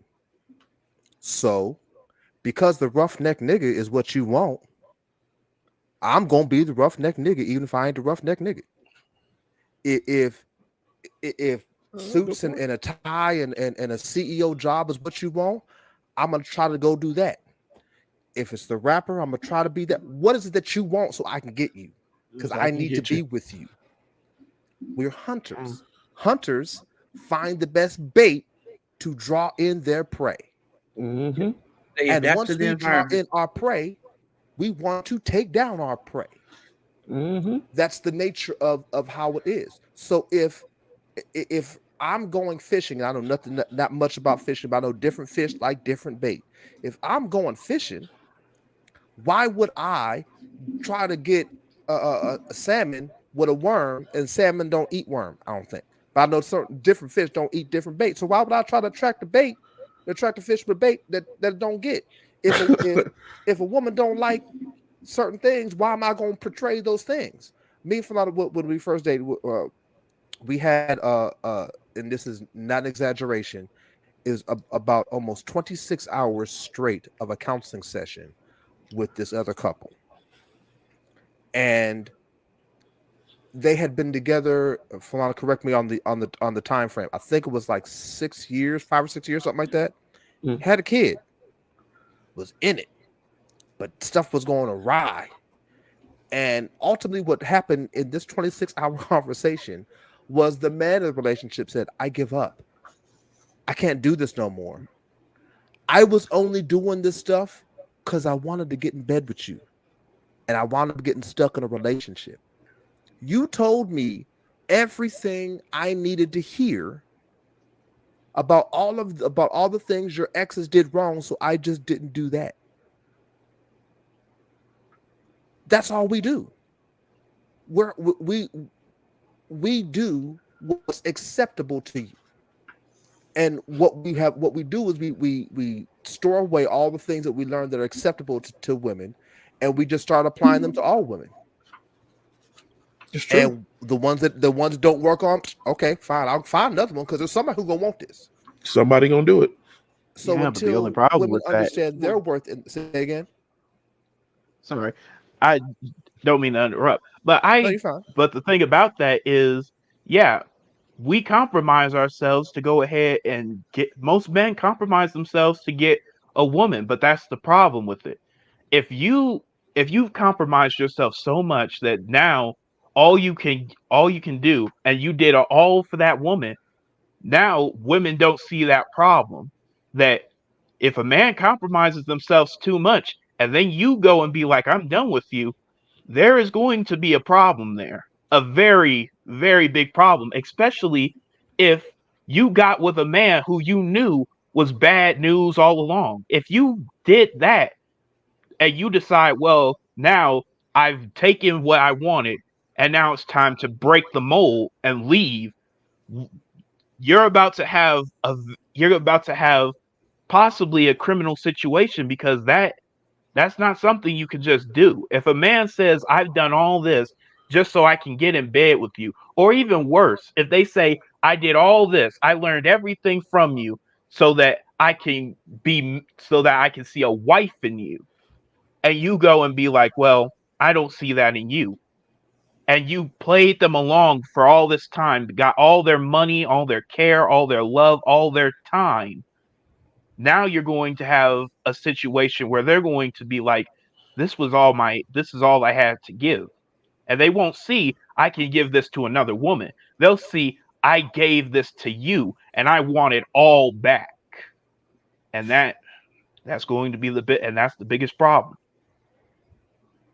I mean, that's where those crimes of passion come, because there was recently a crime of passion, like what was it, maybe a year ago, and I'm not even talking about that couple with the van incident. The dude quite literally cut that woman's throat, and everybody was like, nah, because they tried to dismiss it and say, oh, we don't know who did it. We don't know if it's the boyfriend that she was with, but they were breaking things off and recording it that they didn't like. That dude didn't like what she was doing. So everybody kind of knew it was a crime of passion, and sure enough, it was. And when it came out what their relationship was really about, and that the dude was catfish, well, it you don't hear about that story no more. Well, they don't want you to hear about that story no more. Listen, I've been pretty nice, but I'm gonna tell you all about this right now. I think that some of this, as it applies to Black life, I have, for the last 20 years, I have spent time going. What is she saying? No, don't run past my comments after yesterday's comments. We're taking a reply. She's either talking about where she said that where Falon said because she offered Vegas and she's telling Falonda that it's not out of the blue. That's what she said. First of all, she didn't offer Vegas, or I didn't offer Vegas. She said Vegas for about 2 years before I even offered Vegas. Then there is another comment where she said men are the heads, so it's y'all's fault. Where I was saying that we do what women allow. That sounds like, other than that, I don't think there's anything else. That sounds like when you go to God and you say, well, I didn't do right, Lord, because it was their fault. You'll see how that works out. That's just this woman you gave me. I ate the apple because this woman you gave me. Yeah, it's their fault. No, one of my issues with what happens a lot in the Black culture, is we talked earlier about this superwoman. I'm gonna use Father's Day as an example. Oh yeah. Every year on Father's Day, particularly in the Black community, we have women who say, I'm the mama, I'm the daddy, I'm the provider. I should be celebrated on both days. And that superwoman mentality, right, that has corrupted thought and has made people assume that they are justified in saying that I'm a father. Well, God didn't make a woman a mother and a father. That's not biologically possible, right? But they say, well, he's not providing. And there's a historical situation with that, right? Well, he never was really able to provide to you, right? Because there are societal issues, there are systemic issues. The tenant doesn't like to hear that word, but that's the truth. That sometimes keeps men, locks them up, kills them, takes his kids away from them.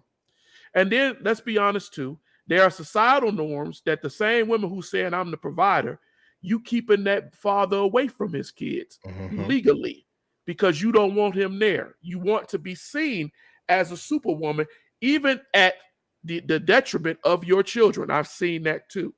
Yeah, we saw that recently with that woman that it was everywhere that had to make the husband came up with the McDonald's, baby daddy came up with the McDonald's, and then she was like, "I'm gonna expose you." And through other than having a discussion, though, Teddy, she could have had a discussion with him She could, but you hit the point right there. Yes, it wasn't about to having a discussion. It was She told her intention. She wanted to expose you. But we do have irresponsible Black fathers. We do have irresponsible Black men who have taken the historical standard too, that they don't have to provide for these children or this woman. Because like Jesse was just saying, I'm going to be what you told me you wanted me to be, right? Your daddy wasn't there for you, right? Your uncles told you to go out there. You doing what you going to do, I'm going to do what I'm going to do. And what we never think about, you hit a point right there when you brought that case up. What we never think about is the kids. Because see, what happens is you procreate and you create a cycle of unhealthy relationships and thoughts that go into these children. And then the cycle continues. We are the result of much of the cycle that was perpetuated by some of our fathers, grandmamas, uncles, and stuff like that, who taught us to think that that's normal. And I'm very quick to tell you boys and any young man, that's not normal. Let's not accept that as normal. Because the normal way of it is that we should be working with the understanding that those kids ain't got to suffer because we don't agree, we don't like each other, we was a one-night stand, whatever it may be. My responsibility should be to take care of my child. And I shouldn't be, and it's unfortunate that we've now allowed the courts, we've allowed systems who take kids out of the house to later get abused, molested, because we fail to do what we need to do. But we quick to go lay in that bed with each other. We quick to go get that what we want. And then pass the blame. Not my fault that these kids are out here carjacking at 12 years old. Not my fault that I left them kids be raised by my grandparents. And go ahead. One of the things is then you glorify passing the blame. We were talking about music. Why do we talk about music? Because music stays with you. People remember Schoolhouse of Rock and the songs on there because music stays with you. In our music, they quite literally glorify doing things like that. Oh, pass the blame. It's not cheating. It's a whatchamacallit. Or there's a new song, CPR. Don't listen to that. I didn't make it through half the song. I just heard it somewhere and I was like, I heard that beat somewhere. And then when you hear the lyrics, you're like, and you really realize where our society is going. But who's right? Who's producing the lyrics, Teddy? Unfortunately, we would, unlike with the WAP video, which if people have listened to that, you understand that was written by a man. The song CPR was written from a woman's standpoint, and it gets rather nasty because I do look at that like, who wrote this? Who is doing this and actively encouraging people to be this way? Because a couple of episodes ago, we talked about the Dunning School of Thought and where we get our ideals from. And that has prompted me a lot to go and look further into things, not at just surface level. And unfortunately, it's coming from our own people at times because we feel like, and there's an interview with her where she says, well, my R&B wasn't making money. But I think that's a cop out too. I'm gonna tell you really why I say that. Because you can't produce a song. I'm gonna tell you because I have a background in film. You can't produce a film. There are very few Black minority-owned companies that push out music and film. Carter G. Woodson made the point that if the oppressor is the teacher, what is he teaching you? You have to understand that since 1600, since the passage of the original slave codes, there has been a systemic approach to dehumanize, to separate, to conquer. Separation allows you to conquer the black man from the black woman, right? And I can say that that's a major problem with our patriarchy and matriarchal systems in the black community. Because when those codes came into place, right, there was no more protection that you could give your woman. I don't care how much you loved her. I don't care what you wanted to do. Unless you ran away into the woods with her to never be seen again, there was no protection that you could offer her. And unfortunately, what happened was that legalized dehumanization, that legalized separation, caused them to be the example. Massa wasn't called Massa just because he ran the plantation. Massa was Big Papa. He was Big Daddy. He was the daddy. He was the father. He was the overall patriarchal figure. If you learned rape, sexual manipulation, if you learned how to be caught up in the monetary value of things, you learned it from Massa. You learned it when he snuck into the slave quarters at night. You learned it when he showed you how to rip off people when he was selling his cotton or his tobacco or his sugar cane. You learn these things and read your narratives and they will tell you. And so when you learn these things, you take those things, because just like me as your father, if I teach you and you are trying to take that example, then you're going to take it into your life.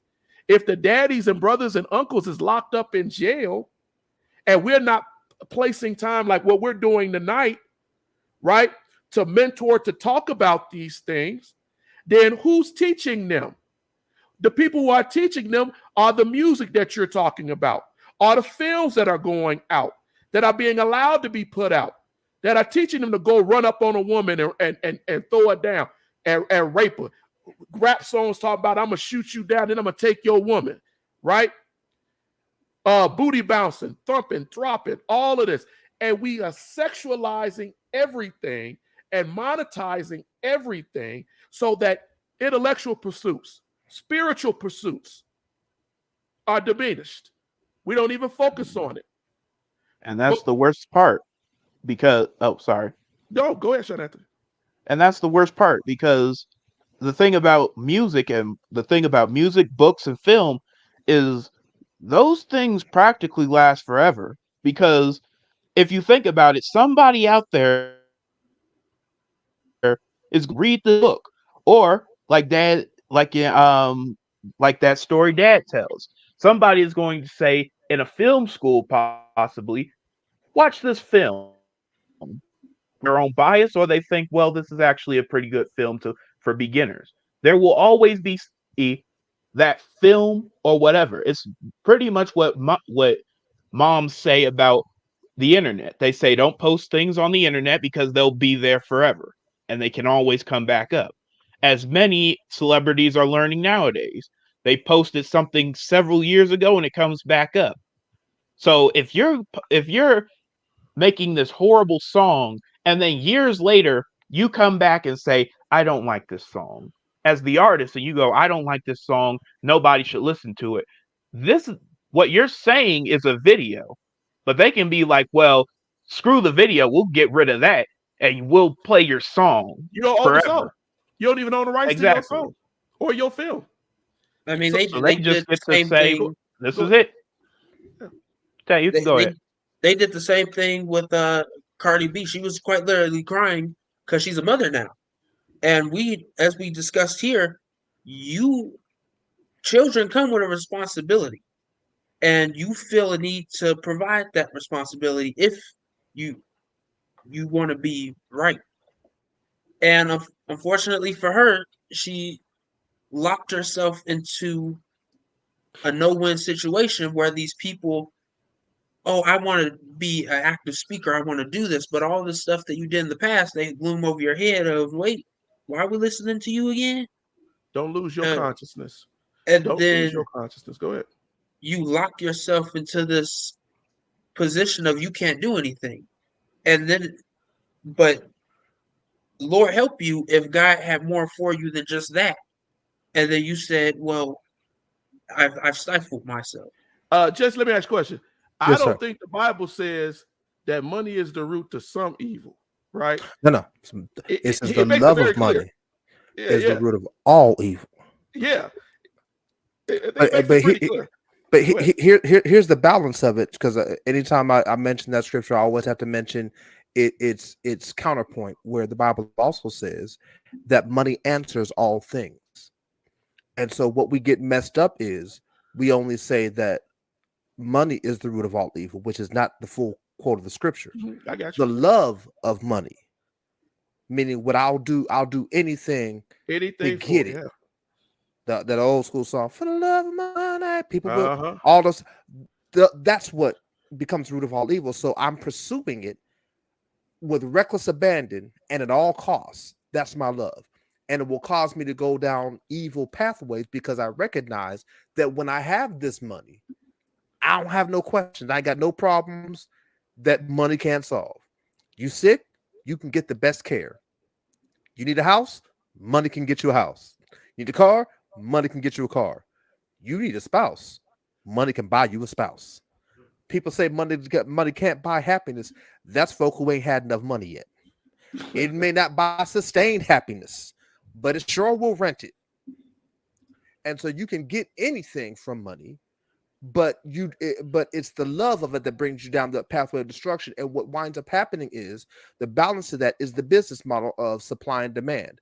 We have all this reckless garbage out because that's what we want. The thing that we don't ever That want is to really true. admit in the black community or as a society as a whole, we want this crap. I wouldn't be there. Philonda is a huge hip hop head, right? I'm not as big a hip hop head as she is, but she's a huge hip hop head. And we got into this discussion one day about female rappers because I think it was Jermaine Dupri got on some radio show when it was talking about how female rappers only rap about their privates and screwing and this, that, and the third, and there's no they're all the same kind of rapper. And Philonda was like, no, that's not true, because, and she ran off a list of conscious black female rappers Oh, and they're in the there game who were doing it. And the reason we don't know about them is because we don't want to hear them. because it's not Yeah, marketable. it's not It's what not you marketable. it's not what you want to hear. If we change our focus, we would then go and get it. And in answer to Tina's earlier comment, which this kind of ties into, it's not that as a man I'm reactionary, it's that as a man I'm strategic. As the head, I'm strategic. So I react as you see it off of what you want. When I call it being strategic, getting you by giving you what you want. Like business people say, I'm strategic and finding out what the market wants and delivering it to them and getting what I want from it. And so what has happened is we've taken that kind of mentality into the home. We've taken that kind of mentality into black culture as men as a whole. And no one, there's not enough of us, I should say, that have a platform enough to shift the paradigm. That's true. And And when we try, they fight us. and because now we're going It's not against the normal. grain. It's Now not we're going normal. against Yep. what's Not their normal, norm. Not even their though norm. what they don't realize is how they're actually operating isn't normal. Is it What we're normal? talking about is the norm. If you go back throughout history, before white folks messed up a whole lot of stuff, if you go back throughout history, you'll see this was the norm. That was the norm. We in terms of the family unit, people did what the parents did. Apprenticeships were real because you as a son did what your father did. It wasn't normal for you to go against the family business. This is what we do. This is what we're known for. This is how we feed. It wasn't normal for that. It wasn't normal for me as a father Jesse, not to teach you. They still do it. You think that Trump's kids is you look at the Trumps, you look at the Hiltons, you look at the Rockefellers, you look at the Carnegies, you look at all these people. You big money people, you don't even really hear about them. While you out here looking at the Gates and everybody else, there are people whose family money is still money. Because the last time I checked, we still buy gasoline. The last time I checked, we still buy oil. The Rockefellers never got rid of those of his shares in those companies. So what makes you think that those people aren't still here? Wealth is still here. Status is still here, but they smart enough to understand, hey, I'm not going to let you see what I'm doing, who I'm manipulating. I'll let him sit out here and tell you he's a billionaire and flaunt it and talk about it and whatever. And we also don't understand that in the Black community. We spend so much time talking about money, sex, money and sex in the Black community. Because like you said, that's what we want to buy into.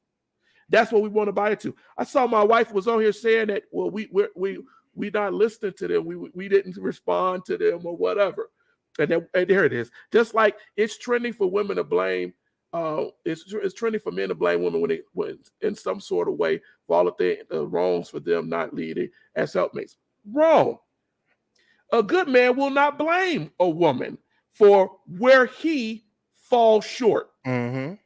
A good man will not do that. If I can't get up to go to work to take care of my family, and I'm sitting there playing a video game all day, a good man who understands his purpose as a man to take care of his family ain't going to be comfortable with that. And he will let his helpmate know, you know what?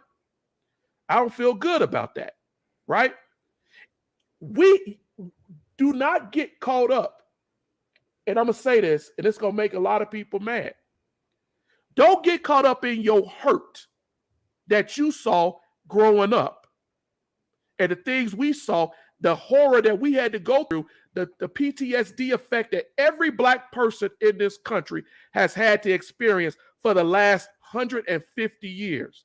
Don't get so caught up in your hurt that you blame the man or the person that you with for things that they didn't even do.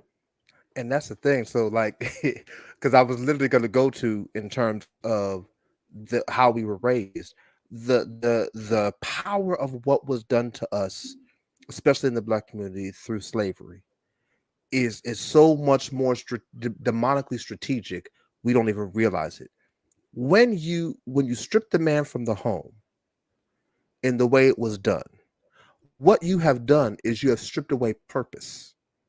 You keep the woman there, you get direction, but direction without purpose is meaningless. Women provide direction, men provide purpose. And if you have direction but no purpose, you go all over the place. I need to have a purpose so that when I go in the direction I'm going in, I understand it. So now when I grow up from being a kid and now I'm a man who has no purpose but has direction, I can just sit and play video games all day and expect you to go out and work and make the money. Yeah. You can't allow me to do it because you have direction but no purpose. You were given direction on how to get a man, but never told how to keep one. Never told how to see what a real man is. Never told how to see what a real husband is. You were enthralled and enamored with these fairy tales that you were raised on.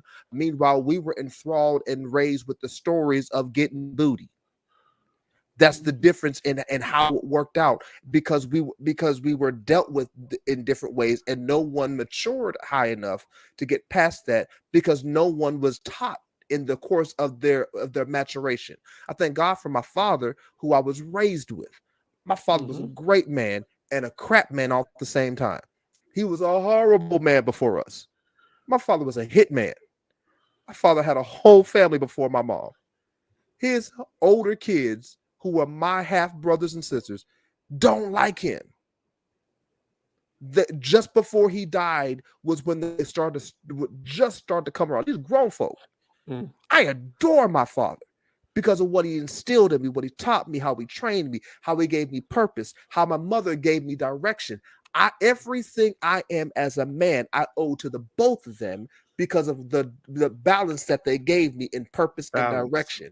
Preach. When you remove the purpose, which is what is done, or you taint and pervert the purpose, which is the second thing that has been done to us. The reason that we only talk about sex or money is because those are the things they deprived us of. Yeah, those are As things men. that we want. Come on now. That's what they You deprived always us want of. what you were deprived of. So now that I can get it, let me try to get it. It's the same thing when you see these brothers run out here to go get these white women, not because they love them, but because it's a status, right? I got a status on my arm. It's not something that not a person that I love, right? It's the same thing with some black women too, right? I'm going to go get this white man because black men are not dependable. We just had a black brother got stabbed to death by a woman, right? Who, while he was getting on social media trending and telling everybody how black women ain't no good, how they not good at sex, they not good at finance, they just dirty, they not right, and I got a good white woman, and that same white woman was beating the hell out of him. And then when she couldn't beat the hell out of him enough, she took a knife and she stabbed him in his chest, and she killed him, and he bled to death, died while she covered in his blood, and then when she started crying like she a victim. I tell my sons all the time. I But don't the care other thing, hold on. Whoever you marry, and because it needs to be said, whoever you in a relationship with, as a man, right? Jesse just said it, right? You are making a decision that is going to, and I said this earlier too, could be life and death. You better choose your spouse or your significant other wisely. Because it could cause you your life and death. If you are getting with somebody because status, Teddy and Sean Anthony, if you're getting with somebody because she white, she Latino, whatever, because everybody likes that, right? That's a good status. That very status that you chasing, that very thing you doing could get you killed by that same person that you chasing. So all that work you doing, all that stuff you doing, every bit of money you got, it ain't gonna mean nothing when you land in that grave because you done chased something that wasn't for you anyway. Wasn't a good thing. Wasn't something that you should have been trying to go get. Go ahead, Teddy. But that's why I'm grateful for us, because we were taught moral values. Because if that man was wise enough, he could have seen that this is an ill-gotten good. And in the Bible, it tells you ill-gotten treasures have no lasting value. It's not going to last you. And the ways, if you have gotten it through ill-gotten means of sin, of, well, I'm going to just sleep with her. Okay, now I'm going to marry her. Now I'm going to turn a tramp into a housewife. Well, not only does it have no lasting value, but now you've sinned. And what is the wages of sin? Now you're going to be enduring consequences you didn't want. Some cases you may be delivered and it may not always lead to your death with grace and mercy. But other people are not that fortunate. I remember being on the playground and telling people that, hey, try to be good, okay? Because I knew that ill-gotten goods didn't last long. They were taken out of the lunch cart with all these snacks that you had to pay for these wallet dollars that they called them as little incentives to be good. But when you put it there and you just have people taken, it's like, and sure enough, all of them right now, one of them that I am still in contact with, Maurice, he spent the day over at our house, and now he has a kid. I don't know if that's what he planned, because from what I've seen, he's been going around with girls, keep telling them, "Hey, man, be careful." And one of these girls that he was dating, and now she's mixed. She's European, she's Spanish, and now she's pregnant. Well, That may be what he wanted. That may not have been what he wanted, but I told him that's your responsibility now, man. He says, "Yeah, I know." I'm like, "Okay, as long as you know, man, congratulations." The But scary part about that is who's going to train that man to be a father? Who's going to teach him how to be a father, and who's teaching her how to be a mother? The rippling consequences of that action are going to last generations. Yes. Unless someone steps in and starts teaching.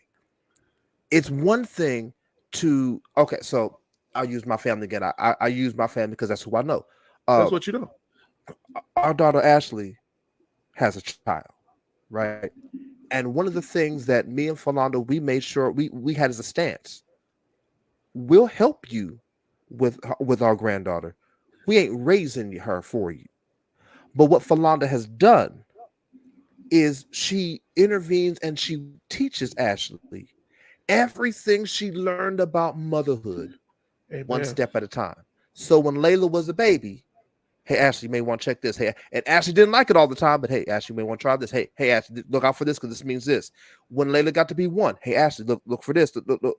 When we just took her to her doctor's appointment without Ashley because there were some questions that needed to be asked that rather than tell Ashley to ask them, Falon said, let me go ahead and hear this and ask this, and then I'll relay the information and then teach Ashley how to look out for this thing and then teach Ashley how to ask these questions so that now Ashley can become an equipped and full whole mother. Ashley's getting ready to get married, and so my job now is to her fiance is teaching him and talking to him about fatherhood and about husbandhood. Amen. In particular, how to be a stepfather without allowing the word step to ever be in your name. If you don't teach these things, they never get instilled and never get taught into the next generation. So now that child who now has a kid doesn't know. So now the kid don't know. When the kid goes on, the kid's going to have a kid and don't know. And this is why I say it's a generational ripple effect. I'm worried, not because he had the kid. I'm worried because it doesn't sound like anybody's going to step in and be like, yo, let me talk to you about how to be a father. We can't put the genie back in the bottle, and I couldn't stop your urges. You want to have sex, I got it. You go, it's an urge, it's natural. You did it. We can't do nothing about that right now. Let me teach you about the things and talk to you about the things you need to know going forward, since it doesn't seem like anybody else has shown you. I truly think I'm gonna stop messing with y'all. You're not messing with us. I want people to interact and to say what's on their minds, male, female, whatever. Because see, here's the thing, right? That whole that bred to be led, that breeding thing that we allow ourselves to get caught up in and lost in the Black community. And I say that because I'm talking to Black men on here. Mm-hmm. That whole idea we have resolved ourselves to accept.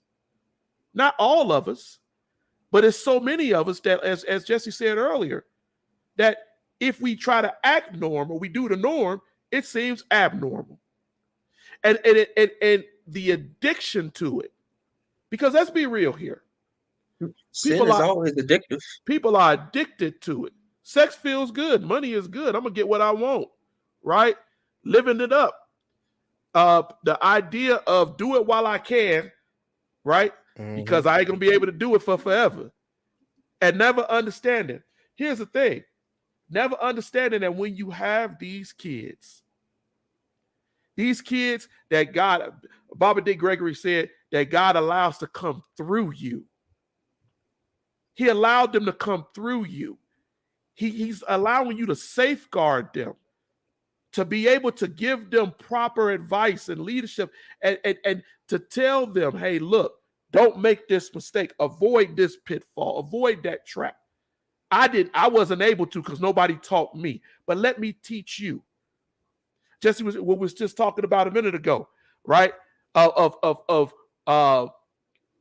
ancestral wealth, passing on, having somebody to apprentice, having somebody to learn, removing the ego. That's something else we didn't talk about today too, but removing the ego that you feel as a man, to step aside or say, as I tell Ben to do, if I don't know how to do it and my son don't know how to do it, let's go learn it together. Now we both know how to do it. But Because it's only going to benefit us. but the ego, the competition that's going on, right? Of that's happening with women and men in our cultures that don't have to happen, because, like Jesse just said, teaching. Are we teaching? We got on here today and we did this time, and we gonna go to it just about the 30 of the hour. So we got 15 more minutes. But one of the things that I'm saying is that why I wanted to do this, and it was so important for me to do this. I'm doing it tonight, and I'm gonna do another maybe hour or 2 hours on Saturday, because I have to get out here and we have to get men. I went out today. I don't know if y'all saw it, and I posted on social media. I'm telling all of y'all out there that's even watching. I went on social media today because God laid it on my heart at the beginning of this year. He said, Eddie, you have to get out here. It's not just the teaching of history, but you got to teach, because our young men and our older men, a lot of us ain't been taught. Mm-hmm. And it ain't just Eddie teaching you. I reached out and I asked brothers for the better part of 6 months. I asked people, preachers, teachers, executives, folks in business, people, soldiers, sailors. I asked all these men who tell me all the time, right, that we should be teaching. We should be instructing our young men. It's crazy what's going out here. There's crime in our community, the things that's going on. But every time I would ask somebody, I'm busy. Can I tell you the truth? It's because most of them have no substance and don't know themselves. It is cliche and popular to say no one's teaching. It is not as popular to be the one to teach. And so I can say we need to be taught, but it's just something I'm going to say. Don't ask me to teach. I don't want to be the one to do it. But we all can teach something, Jesse. Yeah. We could all teach something. We all bring something to the table. We all have experience. If you a gangster, if you was a former gang member, if you was a crackhead, you have an experience that you don't want somebody else to go through. If you are a conscientious person with empathy and understand, I don't ever want nobody to go through what I've gone through. The testimony of Black men, 2 Black men, is so important. It is so important that when after slavery, 50 to 60 years after slavery, the country understood it. They were going around and interviewing former slaves to get their input into what slavery was about. What did you live through? It was so important that churches, our early churches, the Baptists, the Kojics, all of these different people in the Black community, holiness churches, they would have people, they would take their testimonies of what they lived through. But we stopped passing that stuff. You think that a Dr. King comes out of nowhere. You think that a Fred Shuttlesworth comes out of nowhere. A Ralph Abernathy comes out of nowhere. No, these men were grown. They were taught by, like Jesse said, by fathers who may not have lived the perfect life all the time, but they taught them so that they understood what to teach their progeny, so that our culture could be stronger. But that's the new abnormal normal. Because the new go ahead, I'm sorry. Go ahead. Yeah, I was about to say the same thing. That's what it's just where we are in society right now. Oh, Dr. King, we can tell you the water's dirty. We can fill your head with all these platitudes of, you should just teach more. There's not enough teachers out here. Oh, Black history should be taught year round. Or people need to lift themselves up more. But it's not the same to be the one doing that and putting in the effort towards that. And the labor that you put in, people don't see. So it's easy for them to just, make casual remarks of, well, nobody's doing this. And then when you direct them to places of, you know what, yeah, you're right, there's not enough of us doing it. But here's a few. You won't find them in a comment section. You won't even find them looking. They just say something because it's cliche to say. Because the new And abnormal normal is that if I had to go through it, you got to go through it too. That's If true. I had learned this way, you oh got. yeah, I don't want to teach you because I had to go through. I want you to feel exactly what I felt. That's true. And I There don't was know much where of it that. started, but I just know it's been pervasive for almost my entire life. I've heard, you got to go through it because I went through it. Why do I have to do this? Because I did it, as opposed to teach me, so I never have to deal with this. I never have and to come I on, man. realized that because it happened in my school. Well, my old school, not this one, thank God. But they don't want to teach you because they can't. They didn't really learn it. They what they did is they learned just enough to skate by, and then when you ask the question, "How do I do this?" That ego that we were talking about gets in of I ain't gotta ask nobody for help. I ain't gotta let somebody take over my position to help you. I'm gonna be a wall. No, I don't want you to go through exactly what I'm going through. It ain't even that they want you to go through what they're going through. It's basically, well, I felt that way. How is it any different? Somebody was in this position, my same position, and did not help me. And now I'm in that position making that much money, have my status met, and you can get yours the same way that I did with no help. Now leave me alone and let me retire. Well, why teach you? Why teach you, right? Because like you all just said, it's so much easier. I started to share this earlier. Um, we started this. We were talking about male, uh, toxic male masculinity, and you know, I spent I spent this last couple of months doing a lot of teaching. Boys, you know, right? It drains on me, and I've done a lot of teaching. When we talk about the toxic masculinity, and we look at what this particular slide on a lesson when I taught that class on the men who deceived America.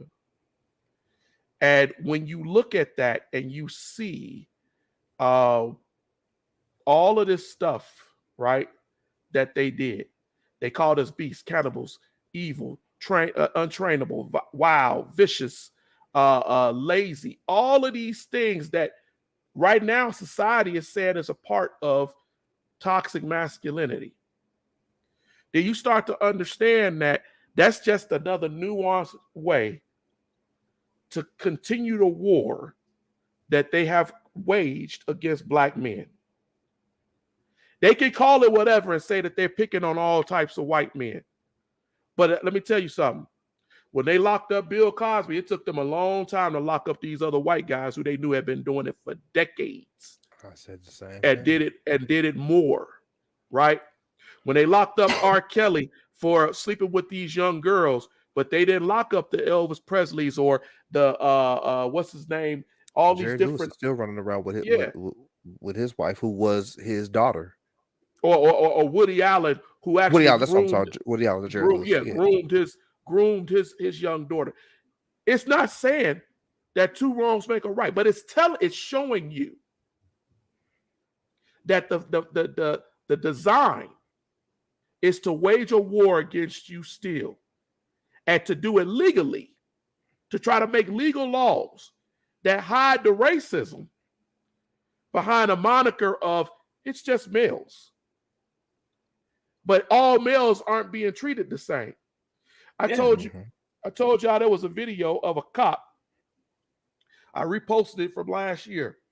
Black man told him, I got the freedom of speech. And he grabbed him and threw him against a wall, had his hand on his gun and said, I'll show you what freedom of speech is. On camera, boldly. If you don't understand that this is what it is, This is the game that's being played. As we wrap it up this session and we talked about all of these things, let me tell you something. This ain't the end of the father sons type talk because it needs to happen. It needs to happen a lot. There's so much that we could cover that I wanted to kind of give us one thing. And we talked almost 2.5 hours on just that section alone. We had the input from the women that were in here who talked about it. To me, it seems as if you would want to assist because of what you didn't have. Or no. Unfortunately, Taisha, here's the thing. I have been out here, and I'm gonna share this with y'all because I'm just being real with people. I've been out here for the better part of almost 2 years now, doing what I felt God assigned me to do. And I felt that I had to ask for help from other people, right? And then I got all of the different excuses. That's why I appreciate you coming on, Jesse, because I got people saying, well, I don't know, man. I don't want you to get on there and embarrass me as if I've ever done that. Anytime I bring somebody on, because your perspective is needed. Your perspective is wanted. It is valuable. One of my guys that I mentored in the Navy, when I did the Dr. King Forum for 3 hours, he's in Hawaii, and I reached out to him, and he said, Eddie, I don't know what I'm going to talk about. Then he sent me a message. He said, Eddie, you got preachers and folks with degrees on here, and they all talking. I don't know what I'm going to say. And he got on there, and his grandmother had passed. He talked about wealth, how when his grandmama died, she basically died after all of years paying into insurance with no money, and how it taught him, right, to focus on his financial security for his family. And he shared that about how we have to function like that. My mama sent me a message saying, that boy moved me. You don't know what you can teach. What God wants your test, he lets you go through that for a reason. Don't think you're going to come on Erudition and try to say, Eddie, I can't talk the history with you. That's not your purpose.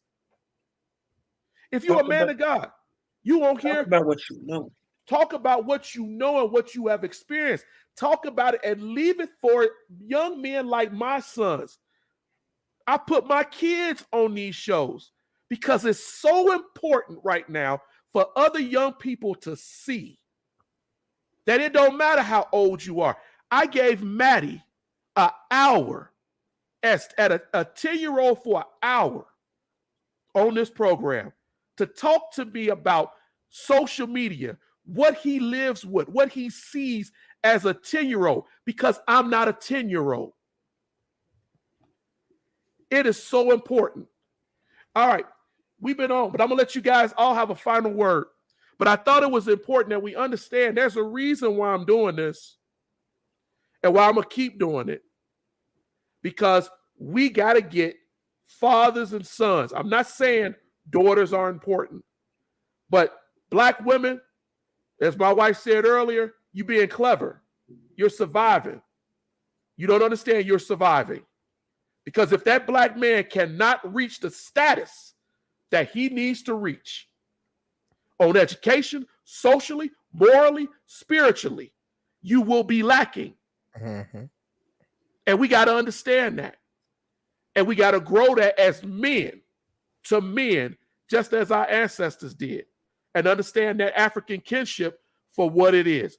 All right, I'm going to let you, Sean Anthony, you ain't said that in a while. I'm going to let you say your last closing words. Then Teddy, then Jesse, you'll close it out for us. Right. All I have to say really is, and I'm going to cover the last thing that we all said, that y'all said. The fact is that, yes, I completely agree. People go and be like, well, I went through this, you should go through this. And that's partially because of the fact that they go like, maybe I went through it, so it'll give you tougher skin. But it's also the fact that when some people get older, they go like, how come I'm going to help you out of this situation? And I was never helped. I was never even offered it. So pick yourself up by the bootstraps and do it yourself. And that's not something to do. Because everybody you can be a father figure no matter what you are. You don't even need to be a father. You don't even need to really be a person who has value. You could be a homeless person on the street. But as long as you go and be like, this is how you avoid becoming what I am, because I've learned this from experience. You can teach somebody, no matter how old they are, exactly how to avoid things, how to achieve things, even if it's for a short time. Because most homeless people lost their homes because of the fact that they couldn't maintain, or because prices went up, but they had the money. That's exactly what's happening during this pandemic. So if you go and be like, well, I see you're stressed out. I see that you're really trying to overcome this. Let me help you. Let me tell you how I got here and how you should probably be able to avoid it. You can be a father figure to them, because you could be the most absolute piece of work on the planet. You could be absolutely horrible. But if you go and be like, I was horrible, but I did learn how to achieve goals that others told me I could not achieve. I was smart, cunning, and I pushed everybody out of the way. But I did find out that there's a way to not do that. And you could go ahead, and even if you don't have that, you could be like, well, you could follow my path, or you could go ahead and find your own. I'm just going to give you the tools and the advice to figure that out yourself. You can be a father figure. And if somebody has a child and they're like, I this was a bad decision, you can step in and be like, hey, I went through the same thing when I was a kid. I had a child and You can make it. I left and spent years away fixing myself, and I lost my child because of it.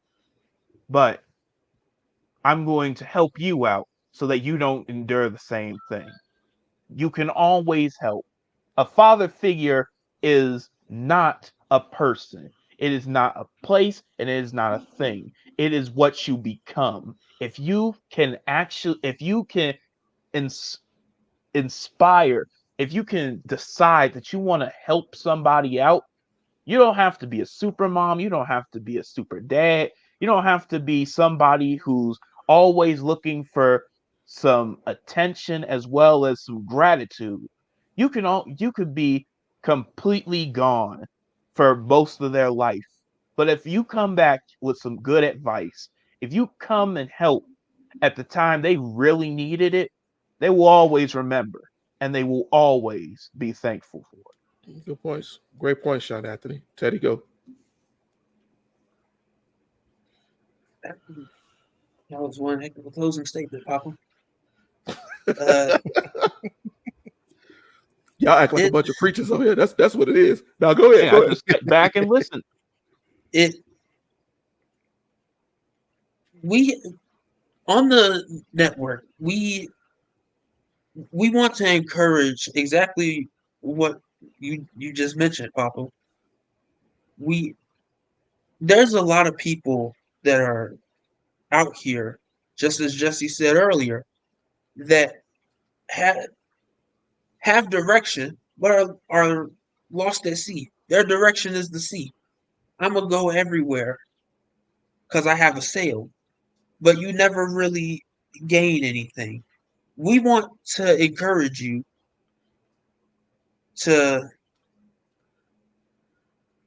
do things in your life that will hopefully help somebody. Your experiences, they they're valuable. Just take it from us. Dad tells us things in the Navy. I don't think any of us were thinking about going into the Navy. But some of the things that he tells us about it, the things that you learn from people, you understand and you can apply. If they It's not just about telling people. If you're just bombarding them with information, That's bloviation. Nobody's going to stick around for that. But if you tell them something that they can apply to their life, what they can see, then that right there, you're teaching. Teaching is not a very hard thing to do. It just requires labor, and many people don't want to put that in. Everything is so automated. I can go on the computer right now and look up whatever I want, and it's there. I want to buy something today. I can go on the computer, do it again. Even the car. I don't even gotta close the door right now. I can press a button on the key, and that engine's revving. People don't want to put in the work to anything, and when you fail to put in labor, faith without works is dead. You can hope for tomorrow every day. Things are going to get better. The sun will come out tomorrow. You can sing the hymn from Annie all you want. But if you're not actively putting in the work, actually striving to make that happen, then it's a lost cause. And you don't want to be fighting for no lost cause. If you see, there are more channels, not just Erudition, that we promote. Jesse we run his banner under here too, so that you can support him and his wife with high praises. The Real Talk channel. There are people out here providing mentorship to you. There is no reason for you to be lost other than the fact that you will it. If you just put in that effort, give yourself a chance, and do better, you'll find that the world ain't so doom and gloom. But be mindful that a torch, you don't want the attention that a torch has. It attracts moths. It attracts problems that you don't really want. So don't be saying that I'm the light of the world, and share that. Take from you, ignite another, pass it on. Help feed this generation, or we won't be around for long. We have to do better. I agree. Good point. Just as you, man. Well, Yeah, it's a lot of preachers up here. Someone said they needed some preachers on here. I just wanted to let you know. No, I'm playing. Let me tell you why what you're doing is so important. The Bible says this. The Bible says, train up a child in the way they should go, and when they are old, they won't depart.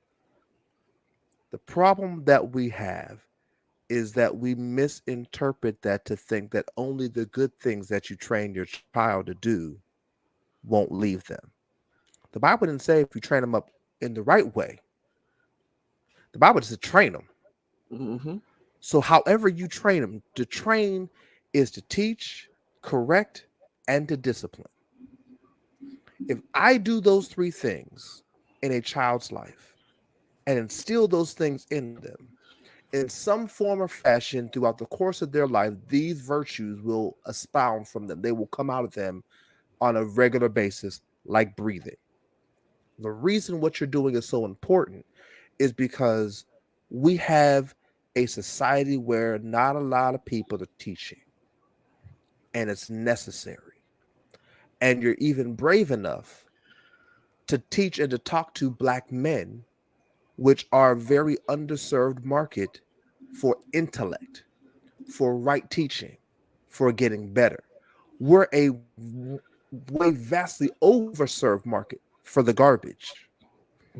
Underserved in virtue, underserved in teaching right, underserved in being uplifted.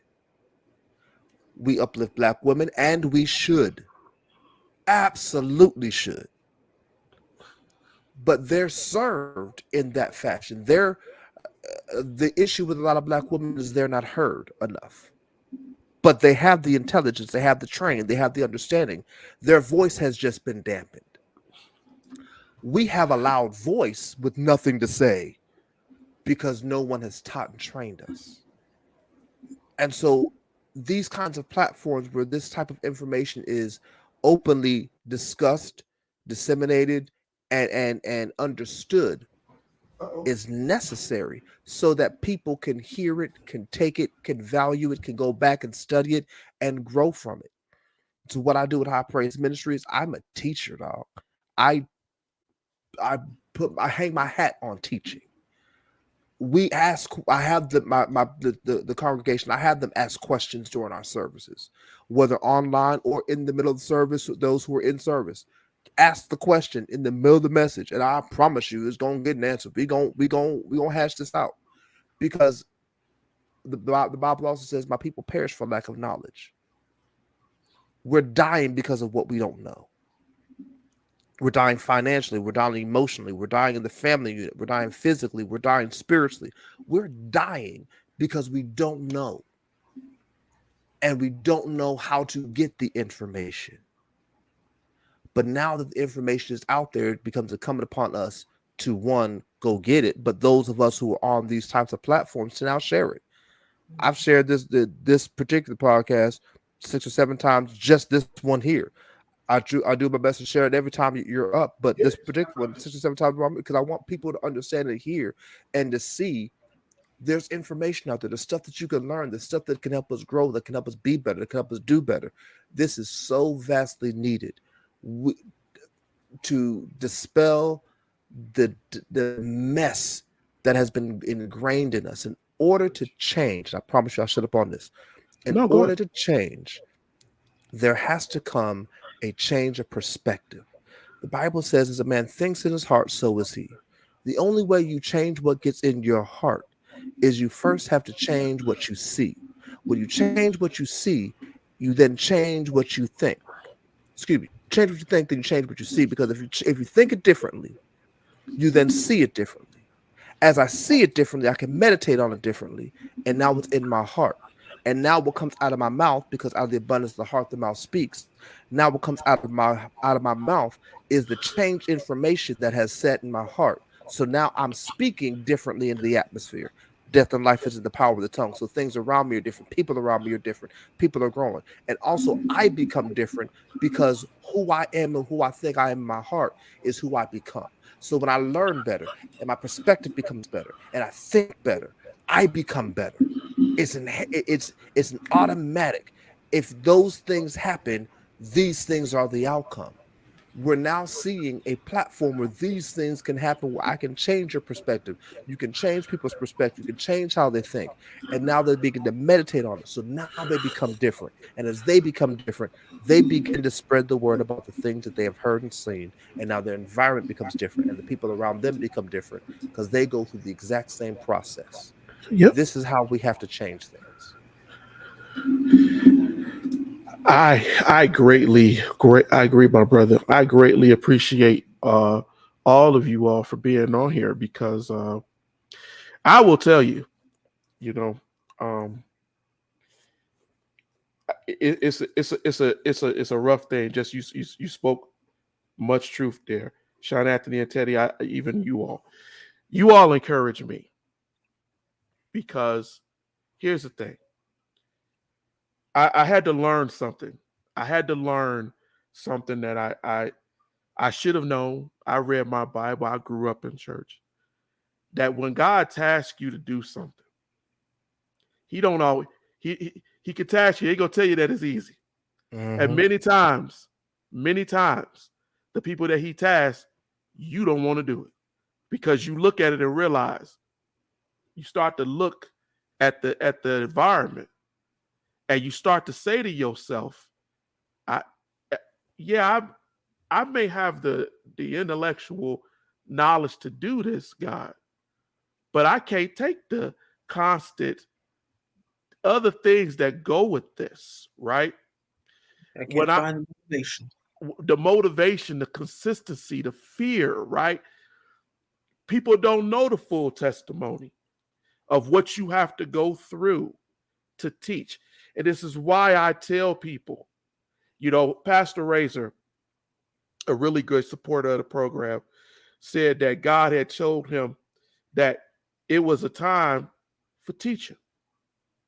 We really got to teach, because rather it be biblically, rather it be historically, rather it be the social dynamics that we deal with, we have failed to allow teaching in our homes. We blame it on the schools. We blame it on the society. But God gave you these children, these grandchildren. You can teach in your home. You have access to people like churches like Jesse's. Churches like with Pastor Razor. You have programs like Erudition, the Man Up Real Talk, who will sit there and talk to you. These guys, these shows, Tony Briscoe, another friend of ours, different people who are out here trying with all they can to give you something that you are lacking. But as I tell my sons, I could always find 1,000 people to go stand around a corner for a new Star Wars movie. Mm-hmm. But I can't find 1,000 people to go march for the rights of a black man that got violated. This is really what it is. We are into an escapism, and we got to get ourselves back into Africa, into a kinship. One of the next programs that we do with fathers and sons, we're going to talk about that kinship, that word. That's a powerful word, because if you understood kinship as the African, as the slave understood it, then you would understand how even in their travails, even in their trials, even in the things that people went through after slavery, how they made it through it. And we've forgotten that. We've forgotten it, and we've thrown it off to the side. Black men is not at a detriment to black women, right?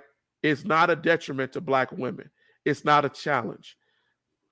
See, this idea, there's a lot of preachers, there's a lot to say.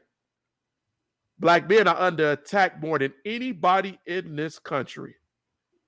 I guarantee you, more than 10 have died within the last 3 hours that we've been on. That's just the reality, right? And so it is so powerful for us to get on here. And the reason I put my sons on here is because Dick Gregory said something. It always stayed with me. He said, when I was marching in the civil rights movement, right? I was marching in the civil rights movement, and I knew people was going to get hurt. They was going to shoot the lights. I was going to get hurt. And he said, my son, because of the what he had showed him how to do, he said, my son walked up to me and said, Daddy, I'm ready to die with you for this. Because of what he taught his son. It is emotional to see your sons pontificate and say the things y'all said tonight. Because it tells me that what me and your mama here joking about, the things that we taught y'all, like Jesse just said, it stays with you. It grew in you. And you know the value of it. You do your ancestors proud. You do me proud. And that's what we need to be teaching these young men. And I'm going to shut up. They are truly leaving you were truly leaving an inheritance that's becoming their legacy. And it's a wonderful thing to see, because you don't see that too often. You really don't. If I may, real quick, I promise to be super quick. No, go ahead. We might as well, because we got 10 minutes. We might as well go 3 hours. Go ahead, bro. Go ahead. I love seeing this, much like I loved seeing LeVar Ball. People jumped on him and talked about him. Yes, they did. And I was like, so as much as we talk about absentee fathers, here is a man who was behind his children 100%, pushing them, dealing with them, making them an apprentice into a family business to not only grow an empire and create generational wealth, but also leave an inheritance and a legacy. And they did everything he said they would do. He said, I'm going to get my boys in the NBA. No, you ain't, not that way.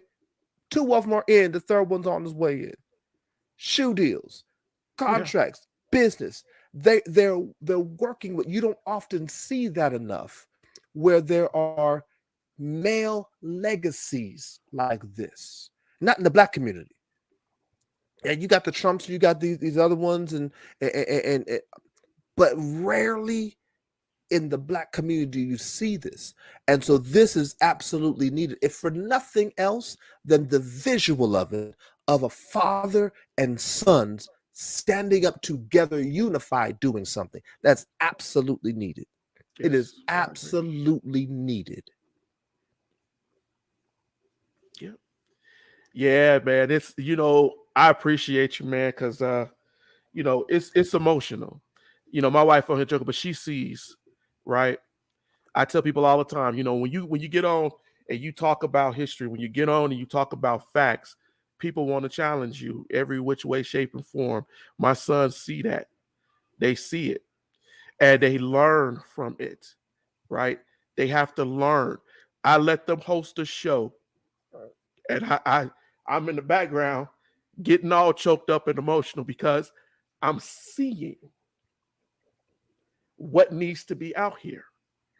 And so I'm not going to belabor you all to be on here much longer, but I will say this. I posted on there. God's, people hate to say it, but God spoke to me and let me know. You need to do this every month.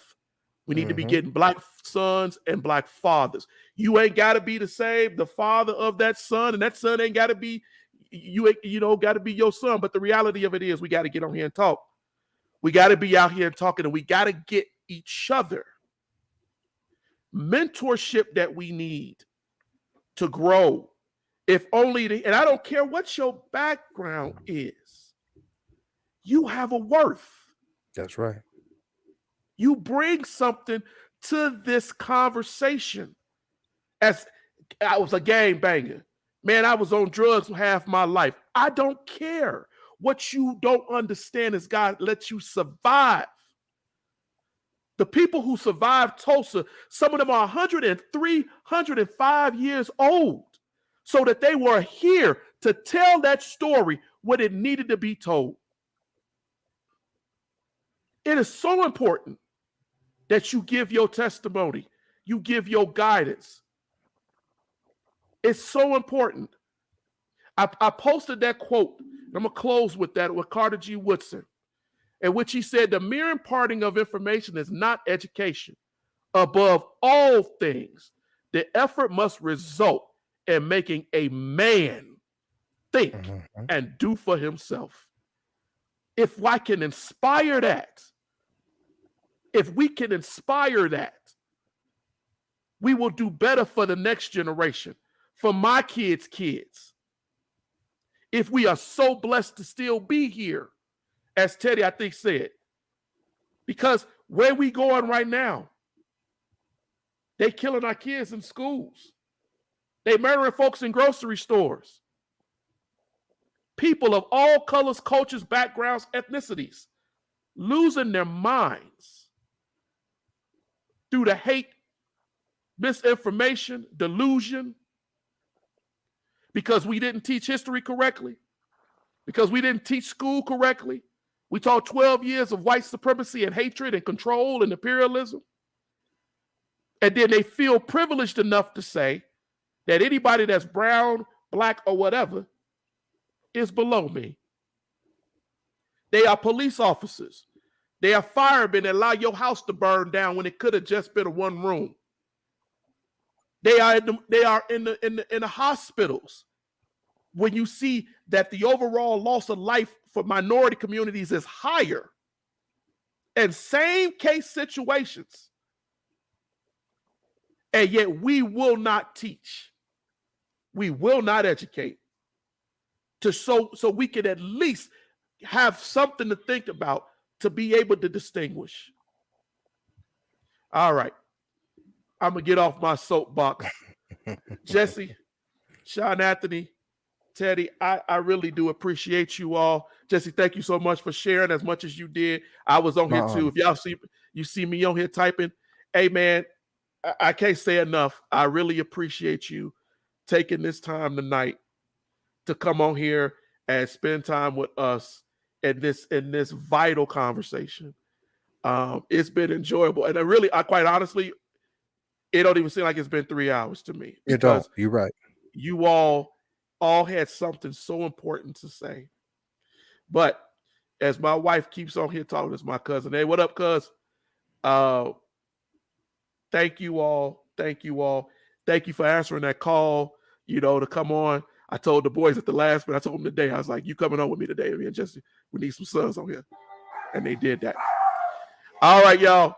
Look, please support. Jesse, I'm gonna let you drop some of the stuff for you all's for your church and everything. And I'm gonna apologize because I just realized I did not post the stuff in the London episode yesterday, but I get that done tonight. I don't want nobody coming to burn down my house, because we talked about violence with them yesterday. It's ran in the banner several times. Just go back and watch it. Their Cash App is in the thing. In fact, in another couple of seconds, there it is again. Okay. Running across the screen. Please support them. What they are doing is important, and just as important as we do. Please help us, help them to help you. Okay. And offer your ridicule. We're here for it. Somebody keeps ringing our doorbell. They must be saying, wrap it up. All right, y'all. Thank you so much. You all have a great rest of y'all evening. Jesse, we really do appreciate you, man. You always free to come on the show anytime. Yes, sir. But let me get these folks out of so my wife can stop bothering me and stop, sending me these crazy messages about get off of here. All right. To all of you all, if you watch this later, please feel free to drop comments. Anything you got to say, hey, we definitely will respond to that. But until I will be on Saturday, I don't know. We're gonna still be tackling this subject. But it might be a different cast of characters, but we're still going to be talking about another thing, Black sons and fathers, and then we'll do it again next month. But we're going to do another session on Saturday, probably around 2:00 in the afternoon, my time. But until then, thank you all. Have a good one. God bless y'all. Y'all have a good one.